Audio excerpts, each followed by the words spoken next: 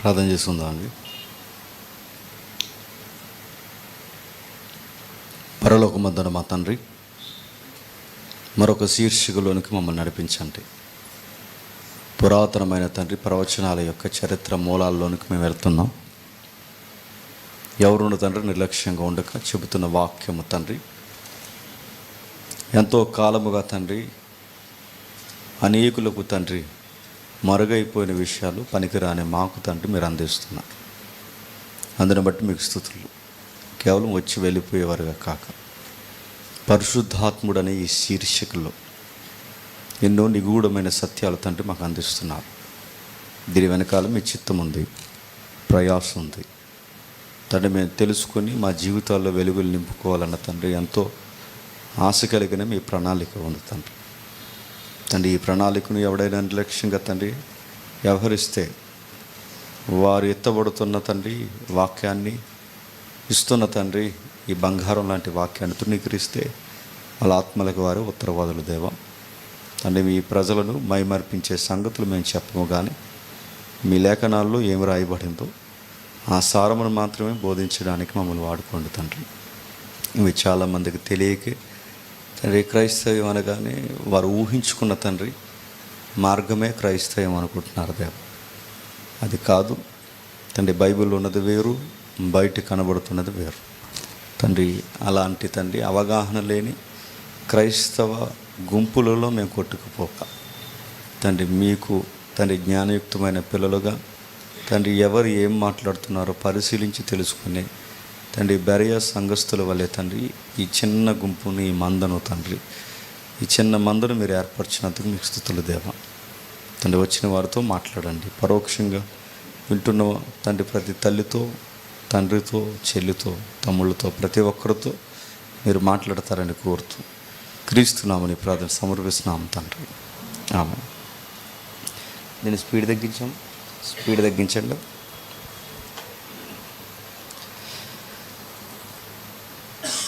చాలా విలువైన సంగతులు మనం వింటున్నాం. మన చర్చిలో మీరు గమనించుకోవాల్సినది, మన చర్చిలో ప్రీచింగ్ తక్కువ ఉంటుంది, టీచింగ్ ఎక్కువ ఉంటుంది. మిగిలిన చర్చిల్లో ప్రీచింగ్ ఉంటాయి, ప్రసంగాల తాకిడి ఉంటుంది.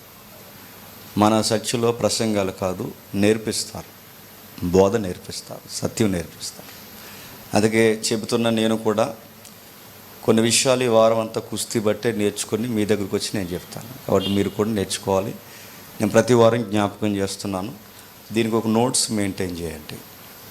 రేపొద్దున్న మన నెక్స్ట్ జనరేషన్కి మనం ఇచ్చే ఆస్తుపాస్తులు ఏమైనా ఉన్నాయంటే, ఇందాక తమ్ముడు అన్నట్టు మనం ఇచ్చే నోట్సే వాళ్ళకి దేవుని తరపున మనం ఇచ్చే ఆస్తులు ఏమన్నా ఉన్నాయంటే. కాబట్టి బాగా రాసిన వారి నోట్స్ నేను ఉపయోగించుకుంటాను, నాకు అవసరం. ఎందుకంటే ఆ ప్రింట్ చేసే అతనికి కొంచెం అర్థవంతంగా రాసిన నోట్స్ కావాలి. ఇక్కడ మంచిగా రాయండి. ఆ కష్టపడి రాసిన వారిని తగిన గుర్తింపులతో మీకు సన్మానం ఇస్తాం. ఇక్కడ జాగ్రత్తగా మెయింటైన్ చేయండి, చాలా అవసరం ఇలాంటి నోట్సెస్. సరే, చాలా విషయాలు మనం నేర్చుకుంటున్నాం. ఇంచుమించు తెలియకుండానే ఇప్పుడు 10వ భాగానికి మనం వచ్చేసాం. ఎన్నో భాగం? 10వది. ఎందుకు ఈ సిరీస్కి మీరు ప్రారంభించారంటే, ఒక్కసారి మన ప్రారంభం ఆలోచిద్దాం. ఎందుకు ప్రారంభించామంటే, ఎంతో కాలంగా ఎంతో పరిస్థితుల్లో ఎంతోమంది ప్రజలను కేవలం పరిశుద్ధాత్ముడి పేరు మీదే వ్యాపారాలు చేస్తున్నారు. స్వస్థతలు లేవని మనం అన్నాం, దేవుడు అద్భుత కార్యాలు చేయడని మనం అన్నాం, స్వస్థత కార్యాలు సంఘాల వలన, ప్రార్థనల వలన జరగవని కూడా మనం అన్నాం. కాకపోతే ఆ జరుగుతాయన్న ఆ ఒక్క మోటోని తీసుకుని దాని మీద వ్యాపారం చేస్తున్నారు చూసారు. వాళ్ళు చేస్తున్నట్టు బైబిల్లో లేదని చెప్పడమే మన ప్రధాన ఉద్దేశం. మరొక విషయం గుర్తుపెట్టుకోండి, ఒక ఫేక్ సొసైటీలో మనకు కనబడుతుందంటే ఒరిజినల్ ఉందని మనకు అర్థం. ఆ మాటలు అర్థమవుతున్నాయి లేదు? ఒక డూప్లికేట్ మనకు కనబడుతుందంటే ఒరిజినల్ ఉందని మనకు అర్థం. అది డూప్లికేట్ అని నువ్వు గుర్తించాలి అంటే నీకు ఒరిజినల్తో పరిచయం ఎక్కువ ఉండాలి. నీకు ఒరిజినల్తో పరిచయం లేకపోతే నీకు డూప్లికేట్ కూడా నీకు ఎలా అనిపిస్తుంది? ఒరిజినల్ అనిపిస్తుంది. అందుకే వాస్తవంతో ప్రజలకి సహవాసం తక్కువ ఉంది, అబద్ధంతో ప్రజలకి సహవాసం ఎక్కువ ఉంది. తెలుగులో సామెతలు పెద్దలు చెప్పిన మాటే మీకు జ్ఞాపకం చేస్తున్నాను. అబద్ధం ఎక్కువ సార్లు విన్నానంట, అది నిజమనిపిస్తుంది అట మనకి. అబద్ధం ఎక్కువ సార్లు ఉనికిలో ఉన్నానట, కొన్ని రోజులకి ఇది నిజంరా అని చెప్పినా అది నిజంలా అనిపించదట. అందుకే ఇప్పుడు మెజారిటీ ప్రజలు చూడండి, అబద్ధపు పోకడలే ఎక్కువ నమ్ముతున్నారు. నిజం సత్యం చెబుతున్నా మనకరే బైబిల్ ఇలా లేదురా, పరిశుద్ధాత్మని గురించి బైబిల్లో వేరేలా ఉందిరా అని మనం చెబితే వాళ్ళ బుర్రలకు ఎక్కట్లేదు. అందుకే వాళ్ళకి ఎక్కకపోతే పోయింది. కనీసం మనమైనా అర్థం చేసుకుందాం. ఈ చిన్న గుంపు రేపొద్దున్న మరి ఎంతమందికి ఈ సత్యం వెలువరిస్తారో అది మీ చేతుల్లో ఉంటుంది, దేవుని చేతుల్లో ఉంటుంది. అందుకే చెప్పాల్సిన బాధ్యత నాది కనుక నేను చెబుతున్నాను, జాగ్రత్తగా వినండి.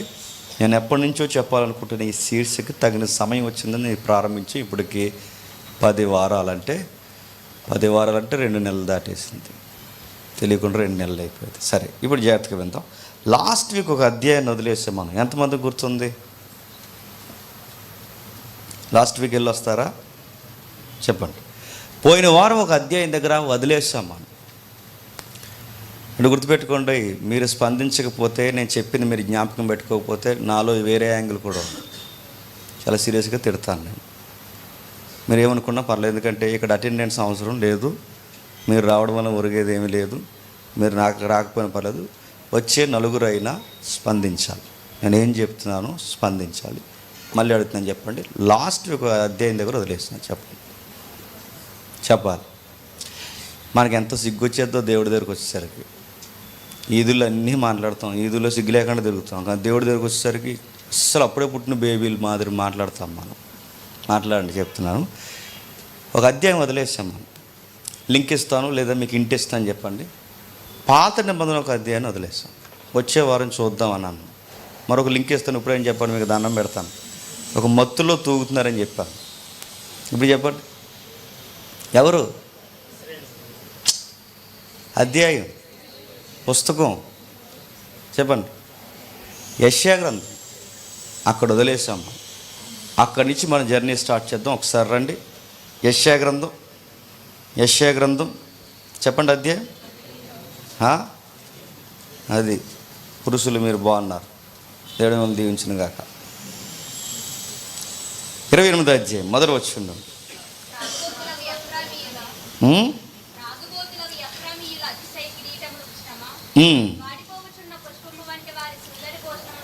వాడిపోతున్న పుష్పం వంటి వారి సుందర భూషమునకు శ్రమ,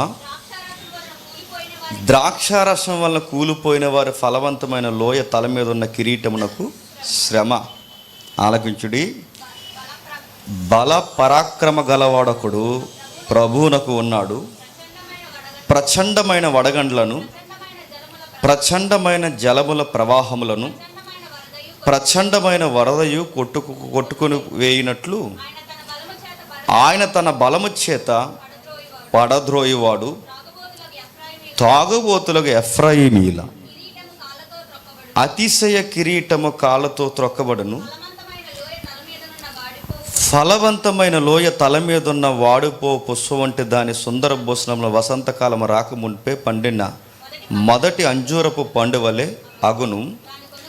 దాన్ని కొనుగొనివాడు దానిని చూడగానే అది వాని చేతిలో పడిన వెంటనే అది మిరింగివేయబడును. ఆగుదాం.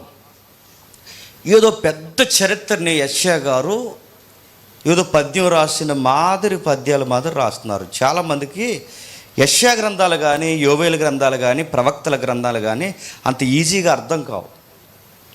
ఎందుకు అర్థం కావంటే, ఒక పెద్ద చరిత్రని లేదా జరుగుతున్న ఒక సమకాలీన చరిత్రని, జరగబోతున్న ఎప్పొత్తుని రెండింటినీ కలిపి ఆ సమకాలీన పరిస్థితుల్లో నుంచి లేదా వాళ్ళ భాషా నైపుణ్యతలో నుంచి ఆ టైం లైన్లో రాసిన గ్రంథాలు కనుక ఆ భాషను అర్థం చేసుకోవడం కొంచెం కష్టంగానే ఉంటుంది మనకి.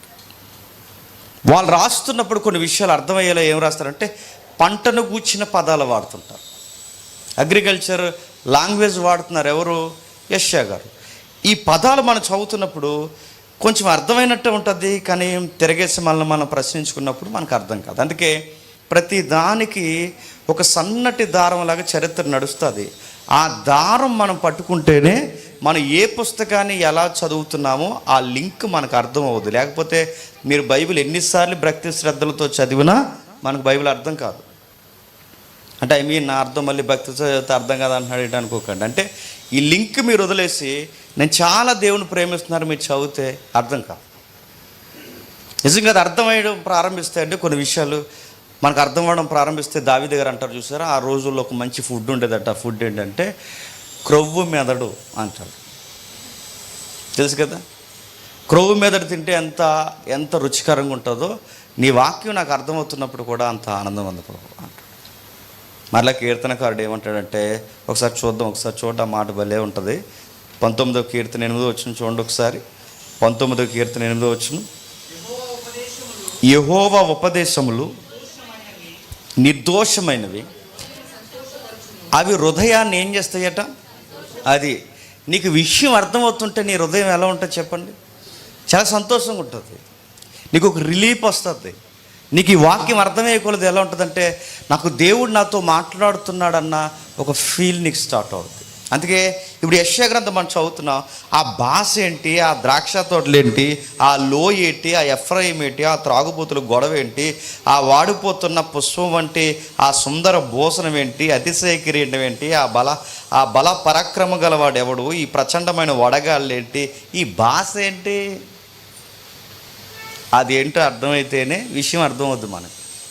మరలా అర్థమైతే బైబిల్ స్టడీ చేస్తే అలాగే చేయాలి. తగునమ్మా రోజుకి 2 అధ్యాయాలు చదువుతున్నారంటే అలా చదివితే ఎవడికి ఒరుగుతుంది, ఉపయోగం ఏమీ లేదు. అర్థమయ్యేలా చదవాలి. అర్థం అవ్వకపోతే పక్క అధ్యాయానికి వెళ్ళడానికి వీలు లేదు. అర్థం అవ్వాలి అధ్యాయం అంతే. అది అర్థమైన తర్వాతే పక్క అధ్యాయానికి వెళ్ళాలి. ఈ అధ్యాయాన్ని అర్థం చేసుకోవడానికైనా పక్క అధ్యాయానికి వెళ్ళాలి. అంతేగాని ఈ రోజు నేను 2 అధ్యాయాలు చదివేశాను, నేను పెద్ద ఏదో సాధించేసాను దేవుని కంటే. ఏం సాధించాను? నీ బొంద నువ్వేమీ సాధించలేదు. చదివన్న ఫీలింగ్ అంతే. నువ్వు చదివన్న ఫీలింగ్లో ఉన్నావు. అది అర్థం కానప్పుడు నువ్వు చదివినా వ్యర్థమే. అర్థం చేసుకోవాలి. ఇప్పుడు చదువుతున్నావు ఏంటి విషయం, ఏం రాస్తుంది? లాస్ట్ వీక్ మీకు లింక్ ఇచ్చి ఆపేశాను నేను. ఏం జరుగుతుందంటే యెషయా గారు 28వ అధ్యాయం ఇక్కడ పర్టికులర్గా ఈ మాటలు రాయడానికి కారణం కొంత చరిత్ర నడుస్తుంది. యెషయా కానీ యోవేలు ప్రవక్త కానీ తర్వాత యెరెమీయా ప్రవక్తలు కానీ ఈ టైం వచ్చే సమయానికి సుఖం బాగా మరిగారండి. ఎవరు? ఇశ్రాయేలు. బాగా మర్చిపోవద్దు, మన కీవర్డ్ ఎప్పుడు వాళ్ళని గుర్తు చేసుకుంటాం మనం. ఎవరిని? ఇశ్రాయేలు. ఎందుకంటే వాళ్ళ దుష్టాంతములుగా ఉన్నారు, వాళ్ళ చుట్టే బైబిల్ నేపథ్యం అంతా తిరిగింది కాబట్టి ఖచ్చితంగా వాళ్ళని చరిత్రలో రెఫరెన్స్గానే బెంచ్ మార్క్గానే వాళ్ళు గుర్తించే విషయాన్ని మనం అర్థం చేసుకుంటున్నాం. నెక్స్ట్ వీళ్ళకు బాగా సుఖాలు మరిగారు. ఎంత సుఖాలు మరిగారంటే కొన్ని పదాలు మనం ఆలోచించడం అవసరం. నేను రాసుకుని వచ్చాను. పూర్తి సమృద్ధి ఉంది వీళ్ళకి, అంటే లోటు లేదన్నమాట జీవితానికి. అంటే అంతకుముందు వీళ్ళకు లోటు ఉండేదా? ఎందుకు ఉండేది కాదు. అసలు ఐగుప్తులు ఉన్నప్పుడు వీళ్ళ బతుకులు ఏంటాడు? ఉల్లిపాయ కూరలు తప్ప ఏమైనా ఉన్నాయండి వీళ్ళకి? కనీసం మాంసం పెట్టారండి ఐగుప్తులో వీళ్ళకి? గొడ్డె సాకిరీ చేయించి పిరమిడ్లు కట్టించేశారు. తెలుసుగా హిస్టరీలో పిరమిడ్స్. ఈ పిరమిడ్స్ వాళ్ళతో కట్టించేశారు. నైలు నది ఒడ్డున, ఐగుప్తి జీవనది నైలు నది ఒడ్డున అరేబియా ఎడారి అటు ఇటు కలిసిపోయి ఉంటుంది. ఆ ఎడారిలో ఎంతగా వీళ్ళు దొల్లించేశారండి వీళ్ళని. చివరికి ఇసుకలోనే బతుకంతా తెల్లారిపోయింది. ఇసుక తాకిడి ఎలా ఉంటుందండి? ఇసుకలో ఎండగాస్తున్నప్పుడు ఇసుకలో నడవండి, సాయంత్రానికి చలిజలం రాకపోతే ఒట్టు. ఇది 1 సంవత్సరం కాదు, 2 సంవత్సరాలు కాదు, 3 సంవత్సరాలు కాదు, 430 సంవత్సరాలు, జనరేషన్ తరాలు ఇసుకలోనే గడిచిపోయాయి. అంత గొడ్డు బతుకు బతికేవారు. అలాంటి వాళ్ళకి దేవుడు ఒక ప్రామిస్ ల్యాండ్ ఇచ్చాడు, వాగ్దాన భూభాగం ఇచ్చాడు. మీ లైఫ్ నేను మార్చేశాడు. నాయకుడిని ఇచ్చాడు, తీసుకొచ్చాడు, కొంచెం ఎక్స్పీరియన్స్ వాళ్ళకి ఇచ్చి ఆ జర్నీలో వాళ్ళకి వాగ్దాన భూభాగం ఇచ్చాడు. ఇచ్చిన తర్వాత ఇక్కడికి వచ్చిన తర్వాత న్యాయాధిపతుల కాలం ఎలా నడిచిందో మనం చూస్తున్నారు కదా, లింక్ మీరు మర్చిపోకండి. ఆ తర్వాత ఇలా తింగరేసాలు ఎలా ఉన్నాయో, ఎలా పడేవారో, ఎలా లేచేవారో, కొన్ని రోజులు బాగుండేవారు, కొన్ని రోజులు బాగుండేవారు కాదు. ఇలా నడుస్తున్నప్పుడు దెబ్బల మీద దెబ్బలు కొడుతూ న్యాయాధిపతుల కాలం దాటి వచ్చేసింది, రాజుల కాలానికి వచ్చేసింది. ఈ రాజుల కాలం నడిచే సమయానికి సరిగ్గా యెషయా లాంటి ప్రవచనాలు చెబుతున్న ఈ టైంలో చాలా సమృద్ధి ఉందండి. మొత్తం ఇశ్రాయేల్ అందరూ బాగా బలిసిపోయారు ఆస్తుల్లో.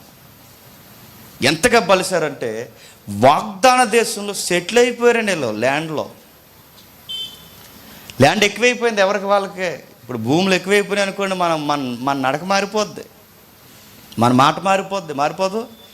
ఇప్పుడు మనకి బాగా ఎకరాలు బాగా కలిసి వచ్చినాయి అనుకోండి, ఎలా ఉంటుందండి? టక్కమని పనికిరాని పోరంబోకు భూమి, పంచాయతీలో పోరంబోకు భూములు అంటారు కదా, అలాంటి పంచాయతీలో పనికిరాని పోరంబోకులు లాంటి భూములు ఒక్కసారి మన భూములకి గిరాకీ వచ్చేసింది అనుకోండి, ఎలా ఉంటుంది? ఎవడు కనబడరు, మనకు అంత తెల్లగా కనబడుతుంటుంది ఎదర. డబ్బులు ఎక్కువైపోతాయి, మనకి ల్యాండ్ ఎక్కువైపోతుంది. మనకి ఇశ్రాయేల్ కూడా ల్యాండ్లో సెటిల్ అయిపోయారు. పైగా డాక్యుమెంట్ ఇచ్చేసాడు యెహోషువ. నా మోసే గారి తర్వాత నాయకుడు ఎవరు? యెహోషువ. ఇదిగో మీ భూభాగం 12 గోత్రాలుగా మీరు ఈ సైడ్ ఉండండి, మీరు రూబేను గోత్రికులు మీరు ఇటువైపు ఉండండి, ఇదిగో యూదా గోత్రికులు మీరు ఇటువైపు ఉండండి, బెన్యామీను మీరు ఇటువైపు ఉండండి. ఎవరికి వాళ్ళకి ఇబ్బందులు లేకుండా వాళ్ళకి ల్యాండ్స్ ఇచ్చేసాడు. లా ఇచ్చాడు. మళ్ళీ లాలో సివిల్లా ఉంది. సివిల్లా అంటే సివిల్ గొడవలు తెలుసు కదా. ఆడు మా లోనికి వచ్చేసాడండి, మేము వాళ్ళ లోపలికి పోయామండి, గోడ లోపలికి కట్టేసాడండి, దడి లోపలికి వచ్చేసిందండి. ఈ భూమి తగాదాలన్నీ సివిల్ లా అంటారు, సివిల్ గొడవలు. వీళ్ళకి సివిల్ లా ఇచ్చాడు. ఎంత పక్కా లా ఇచ్చాడంటే, వాడు సూర్య నీరు ఈడి భూమిలో పడినవ్వకు, నీ సూర్య నీరు ఆడి భూమిలో పడినవ్వకు, ఎవడు డ్రైనేజీ వ్యవస్థ వాడు మెయింటైన్ చేయండి. ఇంత సివిల్ లా కూడా ఇచ్చాడు. ఇంకేమి ఇచ్చాడు? మోరల్ లా కూడా ఇచ్చాడు వాళ్ళకి. మోరల్ లా అంటే నీ పొరుగు వాడిని ఎప్పుడు లవ్ చేయి. ఆడెవడో నా పక్కన ఉన్నాడు పోతే పో అనుకోక, ఎందుకంటే వాడు దేవుని స్వరూపం. నిన్ను వలె నీ పొరుగు వారిని ప్రేమించు. ఇలా ఒకటి కాదు, మళ్ళీ ఆచార సాంప్రదాయాలు ఇచ్చాడు. మీకు ఒక ట్రెడిషన్ ఉంది. మీరు వేసుకునే బట్టలు కానీ, మీరు తినే తిండి కానీ, మీరు నడిచే విధానం కానీ, మాట తీరు కానీ, మీకు ఒక ట్రెడిషన్ ఉంది, ఆచార సాంప్రదాయం. ఇలా లా ఇచ్చాడు వాళ్ళకి. అంతా బాగుంది, ఎవరి ల్యాండ్ వాళ్ళకు ఉంది, ఎవరి యొక్క డాక్యుమెంట్స్ వాళ్ళకు ఉన్నాయి, అంతా బాగుంది అన్నప్పుడు సమృద్ధిగా బతుకుతున్నారు. ఎంత సమృద్ధి వచ్చిందంటే, మీకు ఎప్పుడైనా మీరు ఇంటికి వెళ్ళిన తర్వాత ఒకసారి మ్యాప్ను మీరు అబ్జర్వ్ చేయండి. వరల్డ్ మ్యాప్ ఉంది కదండి, ఆ వరల్డ్ మ్యాప్లో బైబిల్ మ్యాప్స్ ఏవైతే ఉన్నావో ఆ మ్యాప్స్ మీరు అబ్జర్వ్ చేయండి. అసలు ఇజ్రాయెల్ దేశం ఎడారిలో, బాగా వినండి, ఎడారికి దగ్గరగా ఉన్న ప్రాంతం అండి. మరో మాట చెప్పాలంటే రాళ్ళు రప్పలు ఉన్న ఏరియా. అలాంటి రాళ్ళు రప్పలున్న ఏరియాలో ఇది ఇసిరేసినట్టు ఆ మొరియా పర్వతాల కనుమ ఈ దేశం ఏర్పడింది, లేదా దేవుడు ఇచ్చాడు. ఈ రాళ్ళు రప్పలున్న ఏరియాలో దేవుడు ఎంతగా ఇచ్చాడంటే, రాళ్ళు మధ్య బంగారం లాంటి పంట ఈ రోజుకి పండేస్తుందండి. అంటే రాళ్ళ ఏరియాలో మంచి పంటలు పండుతాయండి? పండవు. కానీ ఈ రోజుకి మీరు మ్యాప్లో చూడండి, మీరు చదువుకుంటున్నారుగా, మీకు జాగ్రఫీ చెప్తున్నప్పుడు ఎర్ర రేగడి, నల్ల రేగడి, ఇంకేం రేగళ్ళు ఉన్నాయి చెప్పండి. ఇలాగైతే పాస్ అయినట్టు చెప్పండి. ఇంకో 4-3 రేగళ్ళు ఉంటాయి. ఈ రేగళ్ళు ఉంటాయి కదా, ఈ రేగల్లో ఏ పంట పండుతుంది అంటే ఈ ల్యాండ్కి ఈ పంటే పండుతుందని మనకి జాగ్రఫీ ఉంది. కానీ ఇజ్రాయెల్లో చూడండి, విచిత్రంగా తెగ పండేస్తాయండి అక్కడ. ఏటో కానీ రాళ్ళలో రత్నాలు పండినట్టు పండేస్తుంది. అక్కడ పండే దిగుబడి చూస్తే ఆశ్చర్యపోద్ది. అందుకే ఈ రోజుకి ప్రపంచంలో నెంబర్ 1 వ్యవసాయం చేసేది ఎవరు ఉన్నారండి? ల్యాండ్కి అక్కడ అలా ఉంది సారం. అది అలాంటి ఎడారి భూభాగంలో రాళ్ళు రప్పల మధ్య చక్కటి పంట ఇచ్చాడు. మళ్ళీ వాళ్ళకి ఒక రూల్ ఇచ్చాడు, 6 సంవత్సరాలు మీరు పంట పండించండి, 6వ సంవత్సరం మీ పంట 2 ఇంతలు పండుతుంది అన్నాడు. ఎన్నింతలు? 2 ఇంతలు. 6వ సంవత్సరం 2 ఇంతలు ఎందుకు పండుతుంది ప్రభు అంటే, వాళ్ళకి ఒక లా ఇచ్చాడు. లా ఏమి ఇచ్చాడంటే, 7వ సంవత్సరం మందు భూమికి విశ్రాంతిని ఇచ్చేయండి. నా మాటలు అర్థమవుతున్నాయి? 6వ సంవత్సరం ఎందుకు 2 పంటలు అంటే, ఒక పంటలోనే 2 దిగుబడులు ఎందుకు వస్తాయంటే, 7వ సంవత్సరం మీరు ఏం చేయాలి, ఒక సంవత్సరం, ఒక ఏడాది పాటు మీరు ల్యాండ్ ఏం చేస్తారంటే అలా వదిలేయండి. ఎందుకంటే అగ్రికల్చర్లో కూడా ల్యాండ్కి గ్యాప్ ఇవ్వడం కూడా సారం పెరుగుతుంది. దేవుడు కూడా 7 సంవత్సరాలు మీరు విశ్రాంతి ఇచ్చేయాలండి. దానికి మళ్ళీ ఆధ్యాత్మిక సూత్రాలు ఉన్నాయండి. ఆ 7వ సంవత్సరం వద్ద మీరు ఇచ్చేయండి రా. 6వ సంవత్సరం 2 పంటలు అంటే 2 దిగుబడులు. ఒక్క దెబ్బకి 2 దిగుబడులు వచ్చేస్తాడు దేవుడు. 6వ సంవత్సరం వద్ద కూడా వీళ్ళకు 2 దిగుబడులు ఇస్తే, 7వ సంవత్సరం ఖాళీ వదిలేంటారు. అంటే 2 సంవత్సరాలు అంటే 2 పంటలు, 2 సంవత్సరాలకు వచ్చే పంట 6వ సంవత్సరం వీళ్ళు తీసేసుకుని ఖాళీగా వదిలేమన్న సంవత్సరం కూడా 7వ సంవత్సరం అందు కూడా వీళ్ళు ఏమేసేసారు, పంటలు వేసేసారు. అంటే వీళ్ళకి ఎంత కలిసి వచ్చేస్తుందో మీరు అర్థమవుతుంది వీళ్ళకి.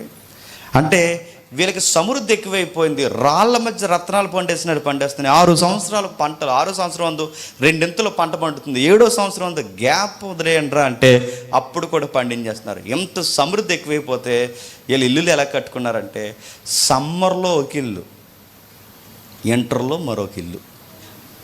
అంటే ఎండాకాలం వచ్చినప్పుడేమో చల్లగా శీతల గదులు ఉండేలాగా, కొంచెం గాలి బాగా వచ్చేలాగా, ఈ ఈ యొక్క గాలి ప్రవాహం బాగా వాటం బాగుండేలా ఏం చేశారంటే సమ్మర్లో నివసించడానికి, ఎండాకాలంలో నివసించడానికి ప్రత్యేకమైన గదులు, అవి ప్రత్యేకమైన ఇల్లులు. మళ్ళీ చలికాలం వచ్చే సమయానికి ఆ టైంలో ప్రత్యేకమైన గదులు.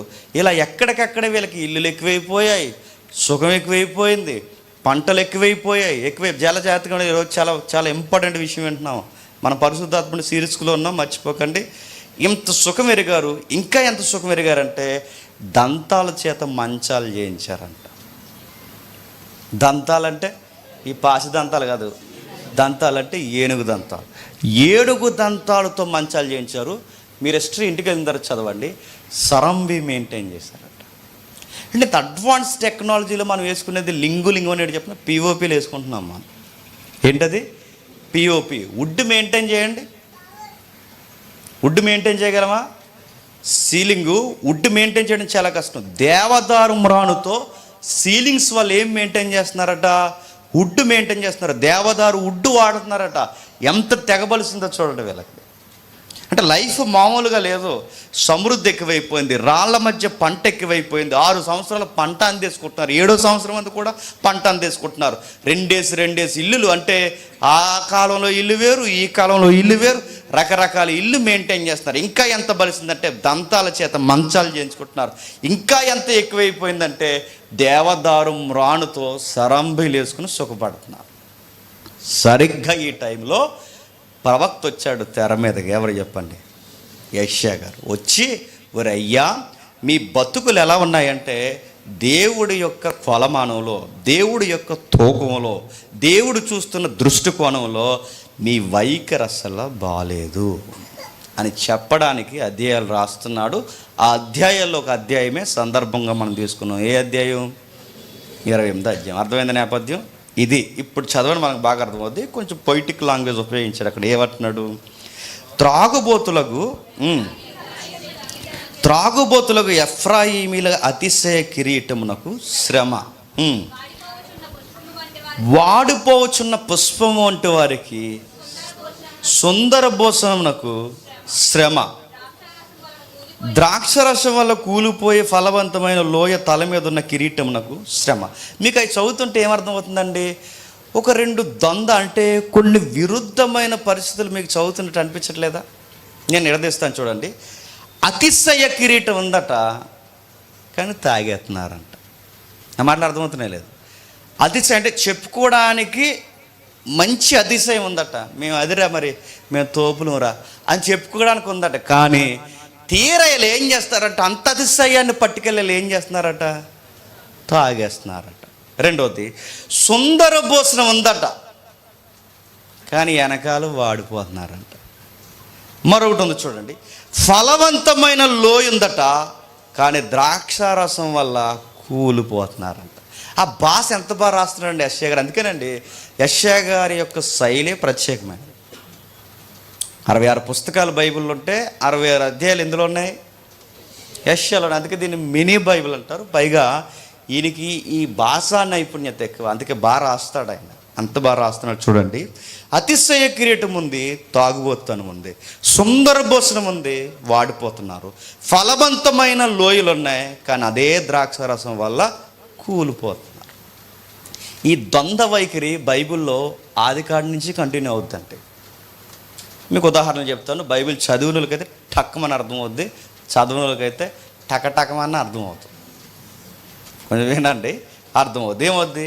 బైబిల్లో 2 స్త్రీలు ఎక్కువగా ఆ డ్యూయల్ క్యారెక్టర్ నడుస్తూ ఉంటుంది. మీరు చూసారా?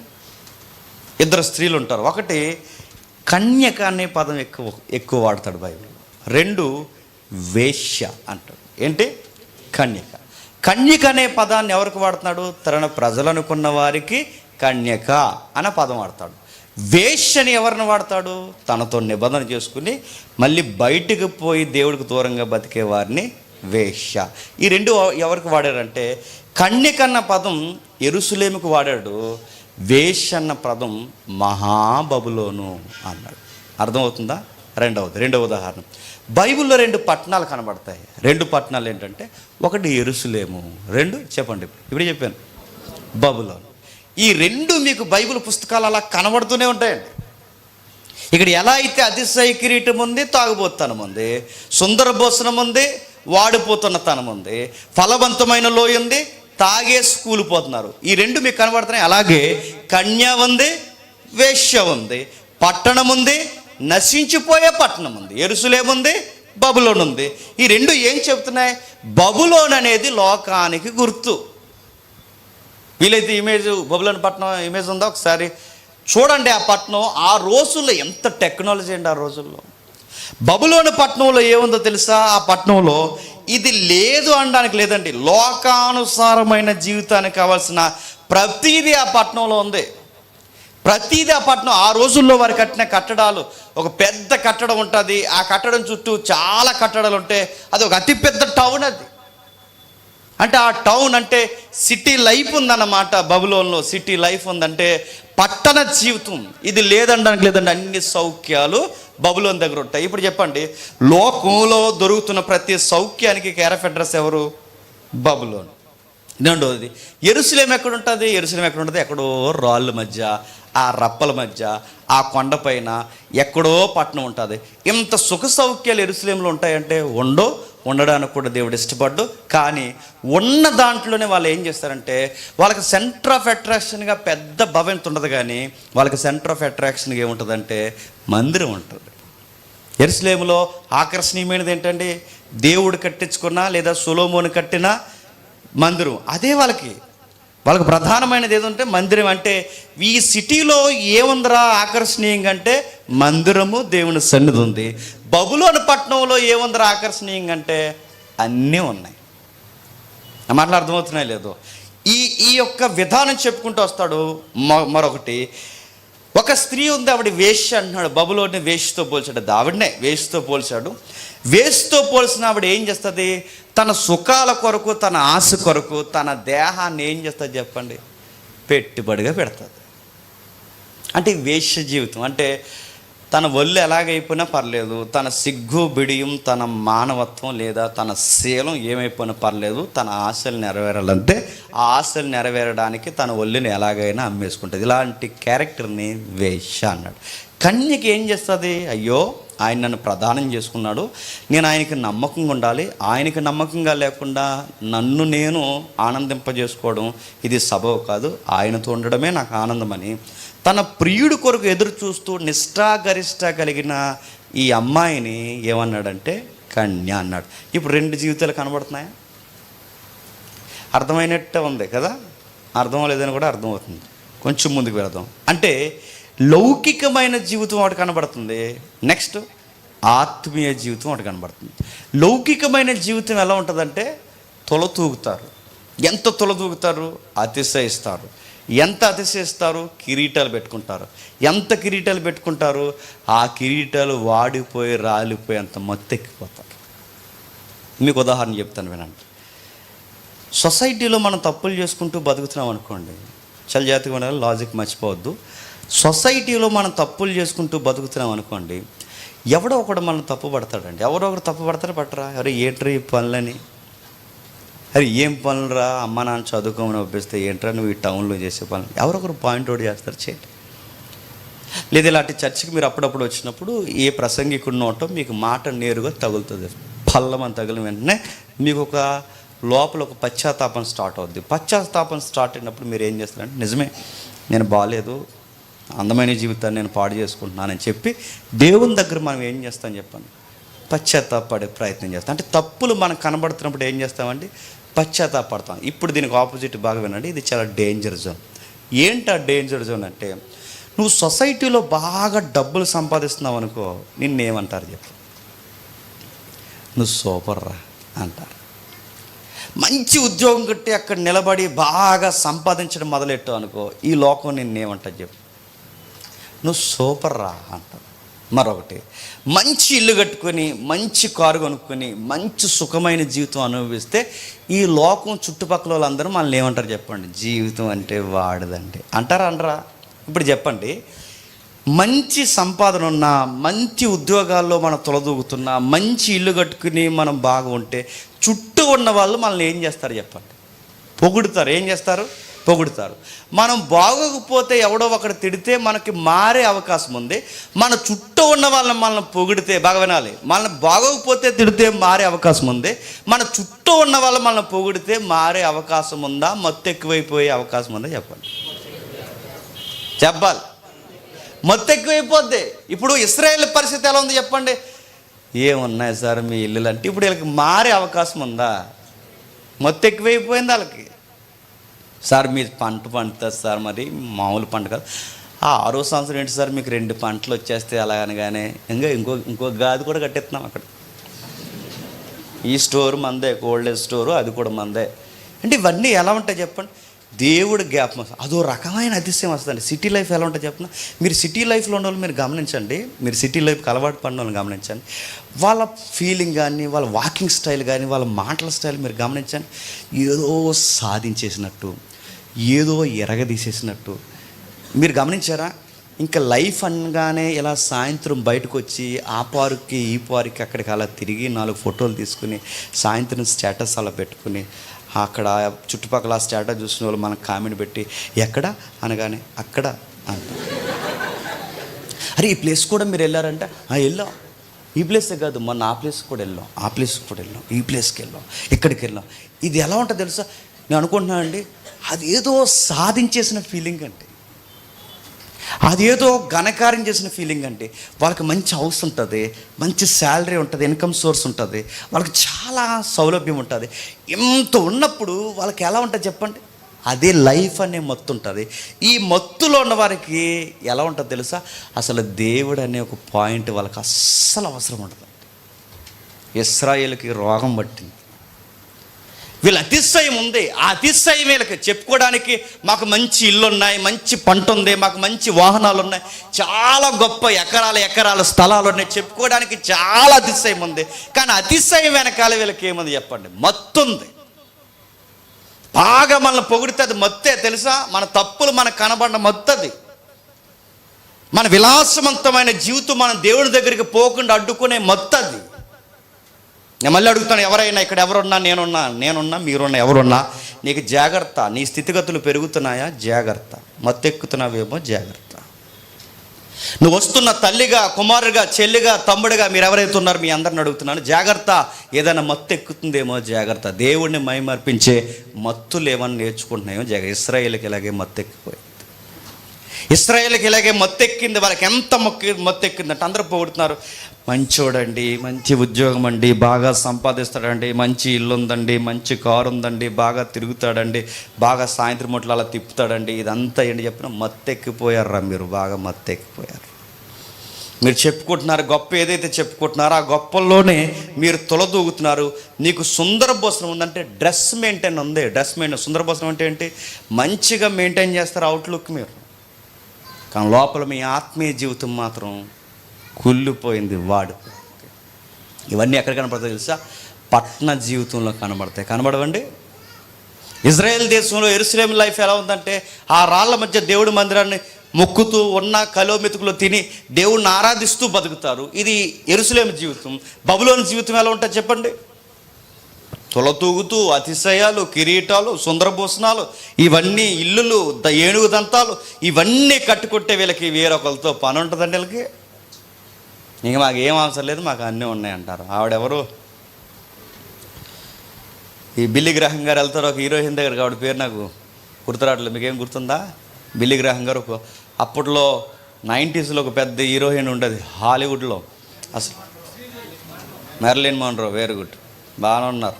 ఓకే, మెర్లిన్ మోన్రో చాలా అందగత్త. అసలు హీరోయిన్కి డెఫినేషన్ ఎవరు ఉన్నారంటే ఇప్పటికీ మెర్లిన్ మోన్రో. 5 స్టార్ హోటల్స్లో ఎవరు ఫొటోస్ అన్న ఉన్నాయంటే ఇప్పుడు ఏళ్ళ ఫోటోలు ఉండవు. ఇప్పుడు జనరేషన్లో ఏలే ఉండవు, ఆవిడయే ఉంటాయి. పెద్ద పెద్ద హోటల్స్లో కానీ, పెద్ద ఎక్కడైనా ఆఫీసెస్ ఏమైనా ఉంటే ఈ ఫీల్ ఉన్న వాళ్ళకి ఆవిడ ఫోటోలు పెడతారు. అసలు హీరోయిన్ అంటేనే ఆవిడ. నవ్వుతూ ఇలా ఉండాలి, డ్రెస్ మెయింటెనెన్స్. అలాంటి ఆవిడకి డబ్బులు ఉన్నాయి, పేరు ప్రఖ్యాతులు ఉన్నాయి. ఆవిడ ఇలా లేచి నిలబడితే ఆ రోజుల్లో మెర్లిన్ మోన్రో ఎప్పుడు బ్లాక్ అండ్ వైట్ టైంలో ఆవిడ ఒక మూవీలో యాక్ట్ చేస్తానండి, ఆవిడే ఎక్కువ జీవించకండి, తీసే ఆవిడ ఆ టైంలో హీరోయిన్ని బట్టి సినిమాలు ఆడేసే అంటే ఆవిడకి ఎంత ఫాలోయింగ్ ఉందో మీరు చూడండి. అందరికీ ఇప్పటికీ ఎవరైనా కొత్త హీరోయిన్లు ఇండస్ట్రీకి వస్తే ఆవిడని చదువుకుంటారు, ఆవిడలా నేర్చుకుంటారు కొన్ని విషయాలు, అంత రోల్ మోడల్ ఆవిడ. అయితే ఈవిడ దగ్గరికి బిల్లీ గ్రాహం సువార్త చేయడానికి వెళ్ళాడు. వెళితే ఇలా చెప్పాడమ్మా, దేవుడు నిన్ను మారు మనసు పొందమని చెప్తున్నాడు, ఎందుకో నీ పట్ల దేవుడు నాకు ప్రేరణ ఇస్తున్నాడు, త్వరలోనే ఏదో ప్రమాదం ఉందని నీకు, నువ్వు మారాలమ్మా అని అడిగితే ఈ అమ్మాయి ఏముందో తెలుసా, ఎందుకు మారాలి, యేసుతో నాకు పనే ఉంది, నాకు డబ్బు ఉంది, నాకు పేరుంది, నాకు అంతస్తులు ఉన్నాయి, నాకు పేరు ప్రఖ్యాతులు అన్నీ ఉన్నాయి, నేను పిలిస్తే పరిగెట్టే నా ఫ్యాన్స్ ఉన్నారు, నాకు ఈయన ఉన్నప్పుడు నాకు ఏమీ లేదని ఇప్పుడు యేసుని నమ్ముకోవాలని అడిగింది. చూసారా దీన్ని ఏమంటారు చెప్పండి, మత్తు. నాకు అన్నీ ఉన్నాయి, నాకు పేరుంది, నాకు డబ్బు ఉంది, విలాసవంతమైన జీవితం ఉంది, లగ్జరీ కార్లు ఉన్నాయి, నేను పిలిస్తే పరిగెట్టి పిచ్చి ఫ్యాన్స్ ఉన్నారు, నాకు ఇన్నున్నప్పుడు నాకు యేసుతో పనేముందంటే అది కాదమ్మా అని బిల్లీ గ్రాహం గారు చెప్తే, don't disturb, get out in my house, వెళ్ళిపోండి దయచేసి, సెక్యూరిటీ ఎవరున్నారు ఇక్కడ, ఈ పెద్దాయన బయటకు పంపించేయండి అంతే అన్నది. వారం తిరిగేసరికి తన అపార్ట్మెంట్లో తానే సూసైడ్ చేసుకుని చచ్చిపోయింది. అన్నీ ఉన్నాయి, డబ్బు ఉంది, పేరుంది, అన్నీ ఉన్నాయి. ఆ మత్తులో ఆ డ్రగ్స్ ఎడిక్ట్ అయిపోయి చివరికి తను ఒక డిప్రెషన్లోకి వెళ్ళిపోయి చివరికి ఎవరి వల్లనో మోసానికి గురై తను ఏం చేసింది తెలుసా, తట్టుకోలేక ఆత్మహత్య చేసుకుని చచ్చిపోయింది. ఈ విషయాన్ని దేవుడు ప్రేరణ బట్టి ముందుగానే ఏదో ప్రమాదం పొంచిందనుకుని సువార్థికుడు వెళ్ళి, అమ్మ దేవుడు నిన్ను మారమంటున్నాడంటే, ఈ మారు మనసు అనే ఈ విషయం, ఈ వాక్యం అనే విషయం ఈ అమ్మాయికి అర్థం కాకుండా మత్తుగా మబ్బుల్లా కమ్మేసింది అని చెప్పండి. ఆ ఇల్లులు, ఆ వాకిళ్ళు, ఆ డబ్బులు, ఆ కార్లు, ఈ మత్తు వలన తనకి తాను ఎలా ఉన్నానో తెలియకుండా మోసపోయింది. ఇదే పరిస్థితి ఇప్పుడు ఎవరికి ఉంది చెప్పండి, ఇశ్రాయేలుకు ఉంది. ఇప్పుడు మళ్ళీ రివర్స్ అడుగుతున్నాను, ఇదే పరిస్థితి ఇశ్రాయేలుకు ఉంటే ఇప్పుడు మళ్ళీ ఇదే పరిస్థితి ఎవరికి ఉంది చెప్పండి, ఏ జనరేషన్కు ఉంది. లేదు, యేసు ప్రభు దగ్గరకు వచ్చి ఏమడుగుతాం, ఇల్లు ప్రభువా, ఇల్లు ఇస్తే ఏం చేస్తావు, 24 hours ప్రార్థన పెడతావా, ఏం చేస్తావు, ఇల్లు ఇస్తే ఏం చేస్తావు, పెద్ద టీవీ కొనుక్కుని ఎదురుగా పెట్టుకుని కుర్చీ ఎదురుగా వేసి కుర్చీలోంచి ఆ కుర్చీలో కాళ్ళు వేసి పొగిడి అయ్యే అన్నాడట. బెత్త ఉందా నీకు, ఆ గుడిసెలో ఉన్నప్పుడే కదా ప్రార్థన చేసేవాడు ఏదో ఇల్లు కోసమైనా. ఇప్పుడు ఇల్లు వచ్చాక ఏం చేస్తావు, సుఖం మరుగవు థమ్సప్లు ఏదో కలుగుతుందా అంటే ఈ మధ్య ఇన్ఫర్మేషన్ ఏవో చేస్తున్నారు. అందుకు సుఖం అండి మనిషిని పాడు చేస్తుందండి. ఇశ్రాయేల్ పరిస్థితి అలా అయిపోయింది. ఐగుప్తులు ఉన్నప్పుడు రోజు విజ్ఞాపన చేసేవారట, ఎవరికి, దేవుడేటి మా జీవితం ఏంటండి. యెరూషలేముకి వచ్చి కానాన భూములకు వచ్చాక విజ్ఞాపన మానేశారట, సరంబిలు కట్టించుకున్నారట, ఏనుగు దంతాల మంచాలు చేయించుకున్నారట, సుఖం బాగా మరిగారట, సిటీ లైఫ్కి బాగా అలవాటు పడ్డారట, ఏదో సాధించేసామన్న ఫీలింగ్లో అతిశయం చెప్పుకుంటున్నారట. మరి అలా సెటిల్ అయ్యాం మేము అని చెప్పుకుంటున్నారు. చూసారా, కొంతమంది ఇల్లుని చూసి మురిసిపోతుంటారు, కొంతమంది చూసారా అదో బ్యాచ్ ఉంటారండి. ఇల్లుని చూసి అత్తమాల రోడ్డు మీద నిలబడి చూసుకుంటున్నాడు, ఏట్రా అంటే నేనే కట్టాను, ఎలా కట్టానా అని అదో ఫీలింగ్ ఉంటుందండి జనాలకి. సిటీలో ఉన్న వాళ్ళకి ఆ కార్ని చూసుకుని మురిసిపోతుంటారు, రకరకాలు. ఇది ఒక మత్తు తెలుసా, ఇది వివరించడానికి కూడా అంత పదాలు దొరకవండి. ఒక తెలియని మత్తు, దేవునికి దూరం చేసే మత్తు ఇది. ఇశ్రాయేలుకి అది ఎక్కింది. అది ఎక్కితే దేవుడు ఏమంటున్నాడు చూడండి, ఇప్పుడు జాతకం 2వ వచనంలో,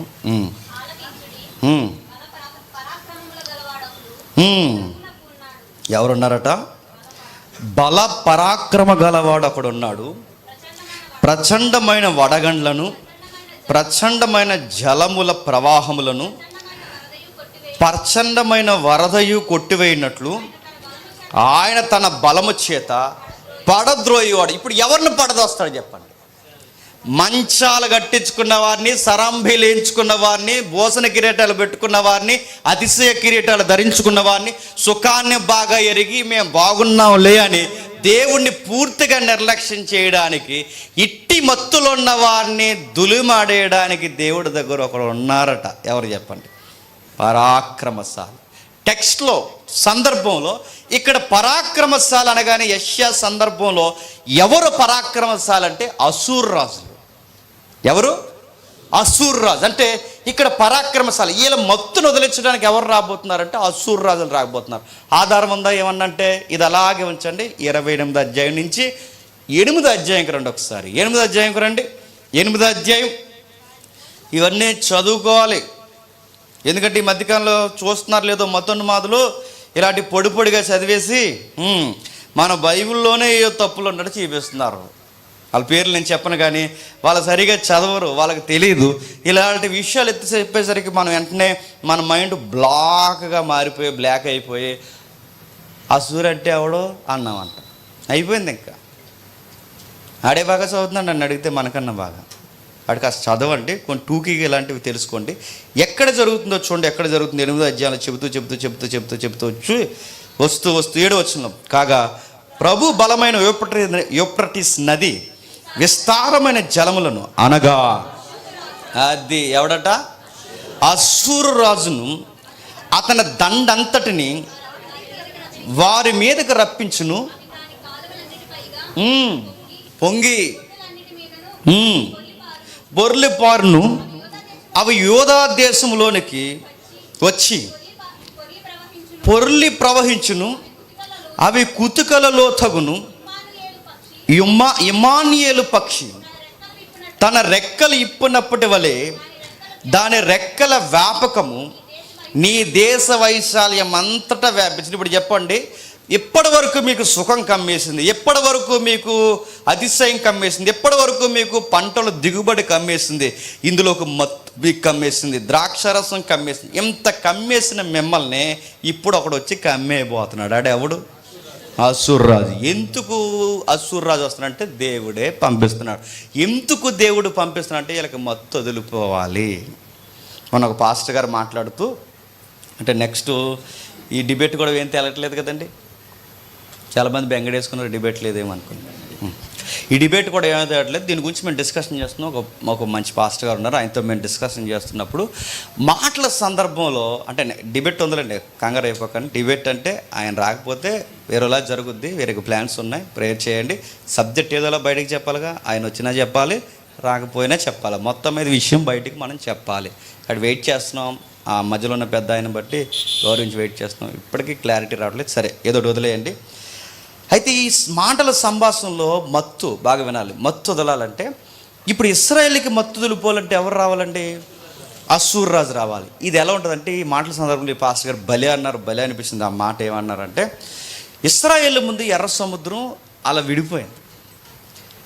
ఇశ్రాయేలు ముందు ఎర్ర సముద్రం తూర్పు గాలి చేత విడిపోయినప్పుడు, సముద్రం విడిపోయినప్పుడు వీళ్ళు వేగంగా వెళ్ళాలో వద్దా? వెళ్తారండి బ్యాచ్? వేగంగా వెళ్ళరు. ఇప్పుడు దేవుడు మనకు అన్ని చక్క పెడుతున్నా అనుకోండి, అదో ధీమపొద్దు ఉంటుంది మనకి. ఇశ్రాయేలుకు కూడా అలా సముద్రం విడిపోయినప్పుడు ఇప్పుడు వేగంగా వెళ్ళాలంటే వెనకాల ఎవడుండాలి చెప్పండి? అది ఎవడుండాలి? ఒకడు తరిమేసేవాడు ఉండాలి. ఇప్పుడు తరిమేసేవాడు ఉంటే కానీ ఎర్ర సముద్రం మధ్య వేగంగా నడుస్తారా? వెళ్దాంలే మోసే కొంచెం చెప్పి అలా అట్టుకో కర్ర అంటారు. అనరు? ఉండు గాడిదలు ఆగిపోయినాయి రెండు ఆగు ఒరే ఇలా తోలికి రండి అంటారనరా? అదో రకమండి. అసలే మామూలుగానే ధీమా పొద్దు, మామూలుగానే అసలే బద్ధకం. ఇప్పుడు ఎర్ర సముద్రం అంత పాయిలై కూర్చుంటే ఇలా స్పీడ్గా వెళ్ళాలంటే దేవుడు ప్లానింగ్స్ ఎలా ఉండొచ్చండి? వెనకాల ఒక నెట్టాడట ఎవరిని?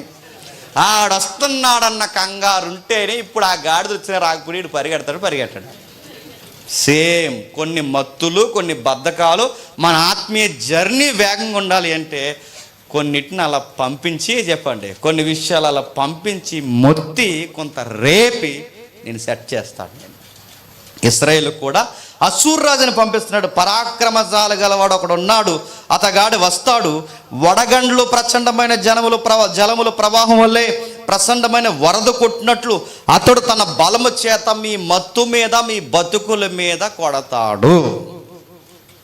ఇది సందర్భంలో రాయబడుతున్న ప్రవచనం. దీని నుంచి ఈ ప్రవచనానికి ఇంకా ఏమన్నా ఉంది అంటే బైబిల్ పండితులు అంచనేసి ఏమన్నారంటే దేవుడి దగ్గర నిజంగానే ఒక పరాక్రమశాలి ఉన్నాడు. భూమి మీద అష్షూరు అయితే అక్కడ దేవుడి దగ్గర దేవుడికి కావాల్సిన పరాక్రమశాలి ఎవరంటే బైబిల్ చెప్తుంది ప్రభు అయిన యేసుక్రీస్తు. ఎవరు? ప్రభు అయిన యేసుక్రీస్తు. అంటే ఈ యేసుక్రీస్తు వారు మనల్ని కొడతాడంటే కొడతాడు. నీకు మత్తు ఎక్కువైపోయి దేవుడిని మర్చిపోతే రోమాపత్రిక అంటే యెషయాలో ఉన్న మాటే రోమాపత్రికలో ఏమని రాస్తాడు? ఇందాక 8వ అధ్యాయం మనం చదువుకున్నాగా, ఇమానియేల్ పక్ష ఆ టెక్స్ట్లో రాస్తున్న మాటే రోమిలకు రాసిన పత్రిక 9వ అధ్యాయంలో ఏమని రాస్తున్నాడు చూడండి.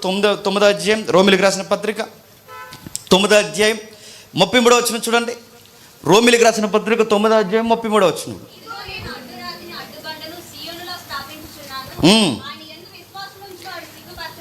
ఆయన యందు విశ్వాసం ఉంచిన వాడు సిగ్గుపరచబడడు.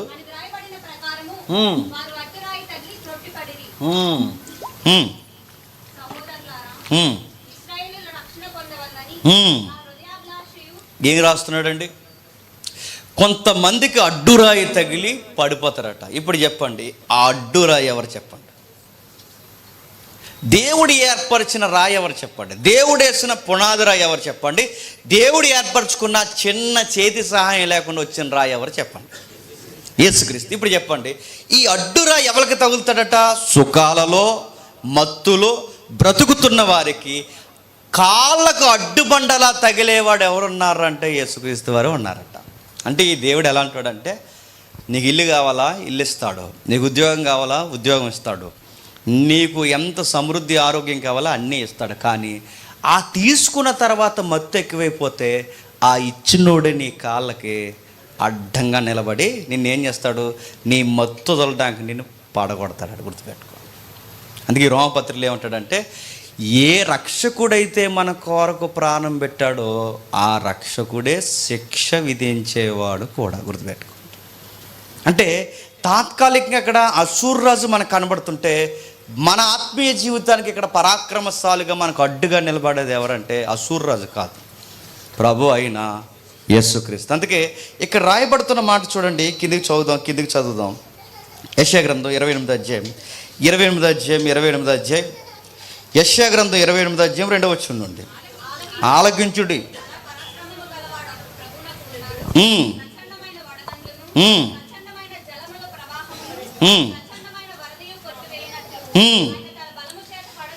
ఆయన తన బలము చేత పడదోయేవాడు. బాగా వినాలి. అసూరు ఆ రోజు పడగొట్టాడు. భవిష్యత్తులో లేదా ఈ ఆత్మీయ జీవితంలో మనకు మత్తు వదలకపోతే మన కొరకు ప్రాణం పెట్టినోడే నిలబెట్టినోడే మన కొన్నిసార్లు ఏం చేస్తాడు చెప్పండి?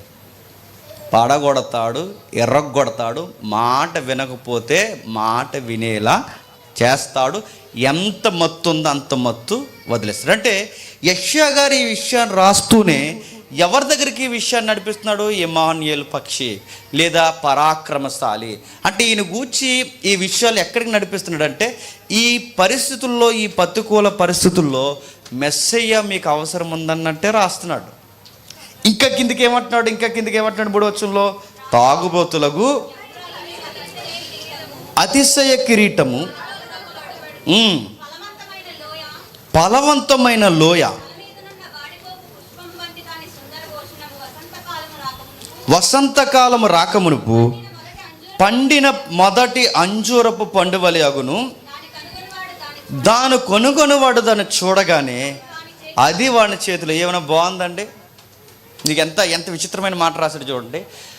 పంట పండిస్తారు, కష్టపడి పండిస్తారట. కష్టపడి అంటే పంట అంటే కష్టపడి సంపాదిస్తారట, కష్టపడి దాస్తారట. అమ్మయ్యా కాస్త ప్రతిఫలం చేతికి వస్తుంది అనుకునే టయానికి ఆడెవడో ముక్కు ముఖం తెలియనోడు వస్తాడట. ఆ పండు అలా లాక్కుని తింటే వెళ్ళిపోతాడట. అర్థమైందా? నాకు అర్థమైందా? చెట్టు వేసింది నువ్వు, పండించింది నువ్వు, అన్నీ చేసేది నువ్వు. గుబురుగా వచ్చింది లేక ఒక పండు చివరిన కాసింది అనుకునేసరికి అది రేపు ఈ రోజు వద్దులే, రేపు ఇంకా బాగా ముగ్గుతుంది, రేపు కోసుకుందాం అనుకునే టయానికి ఈ రాత్రికి ఎవడో వచ్చి కోసిపోతాడట. పరిస్థితి ఎలా ఉంది తెలుసా?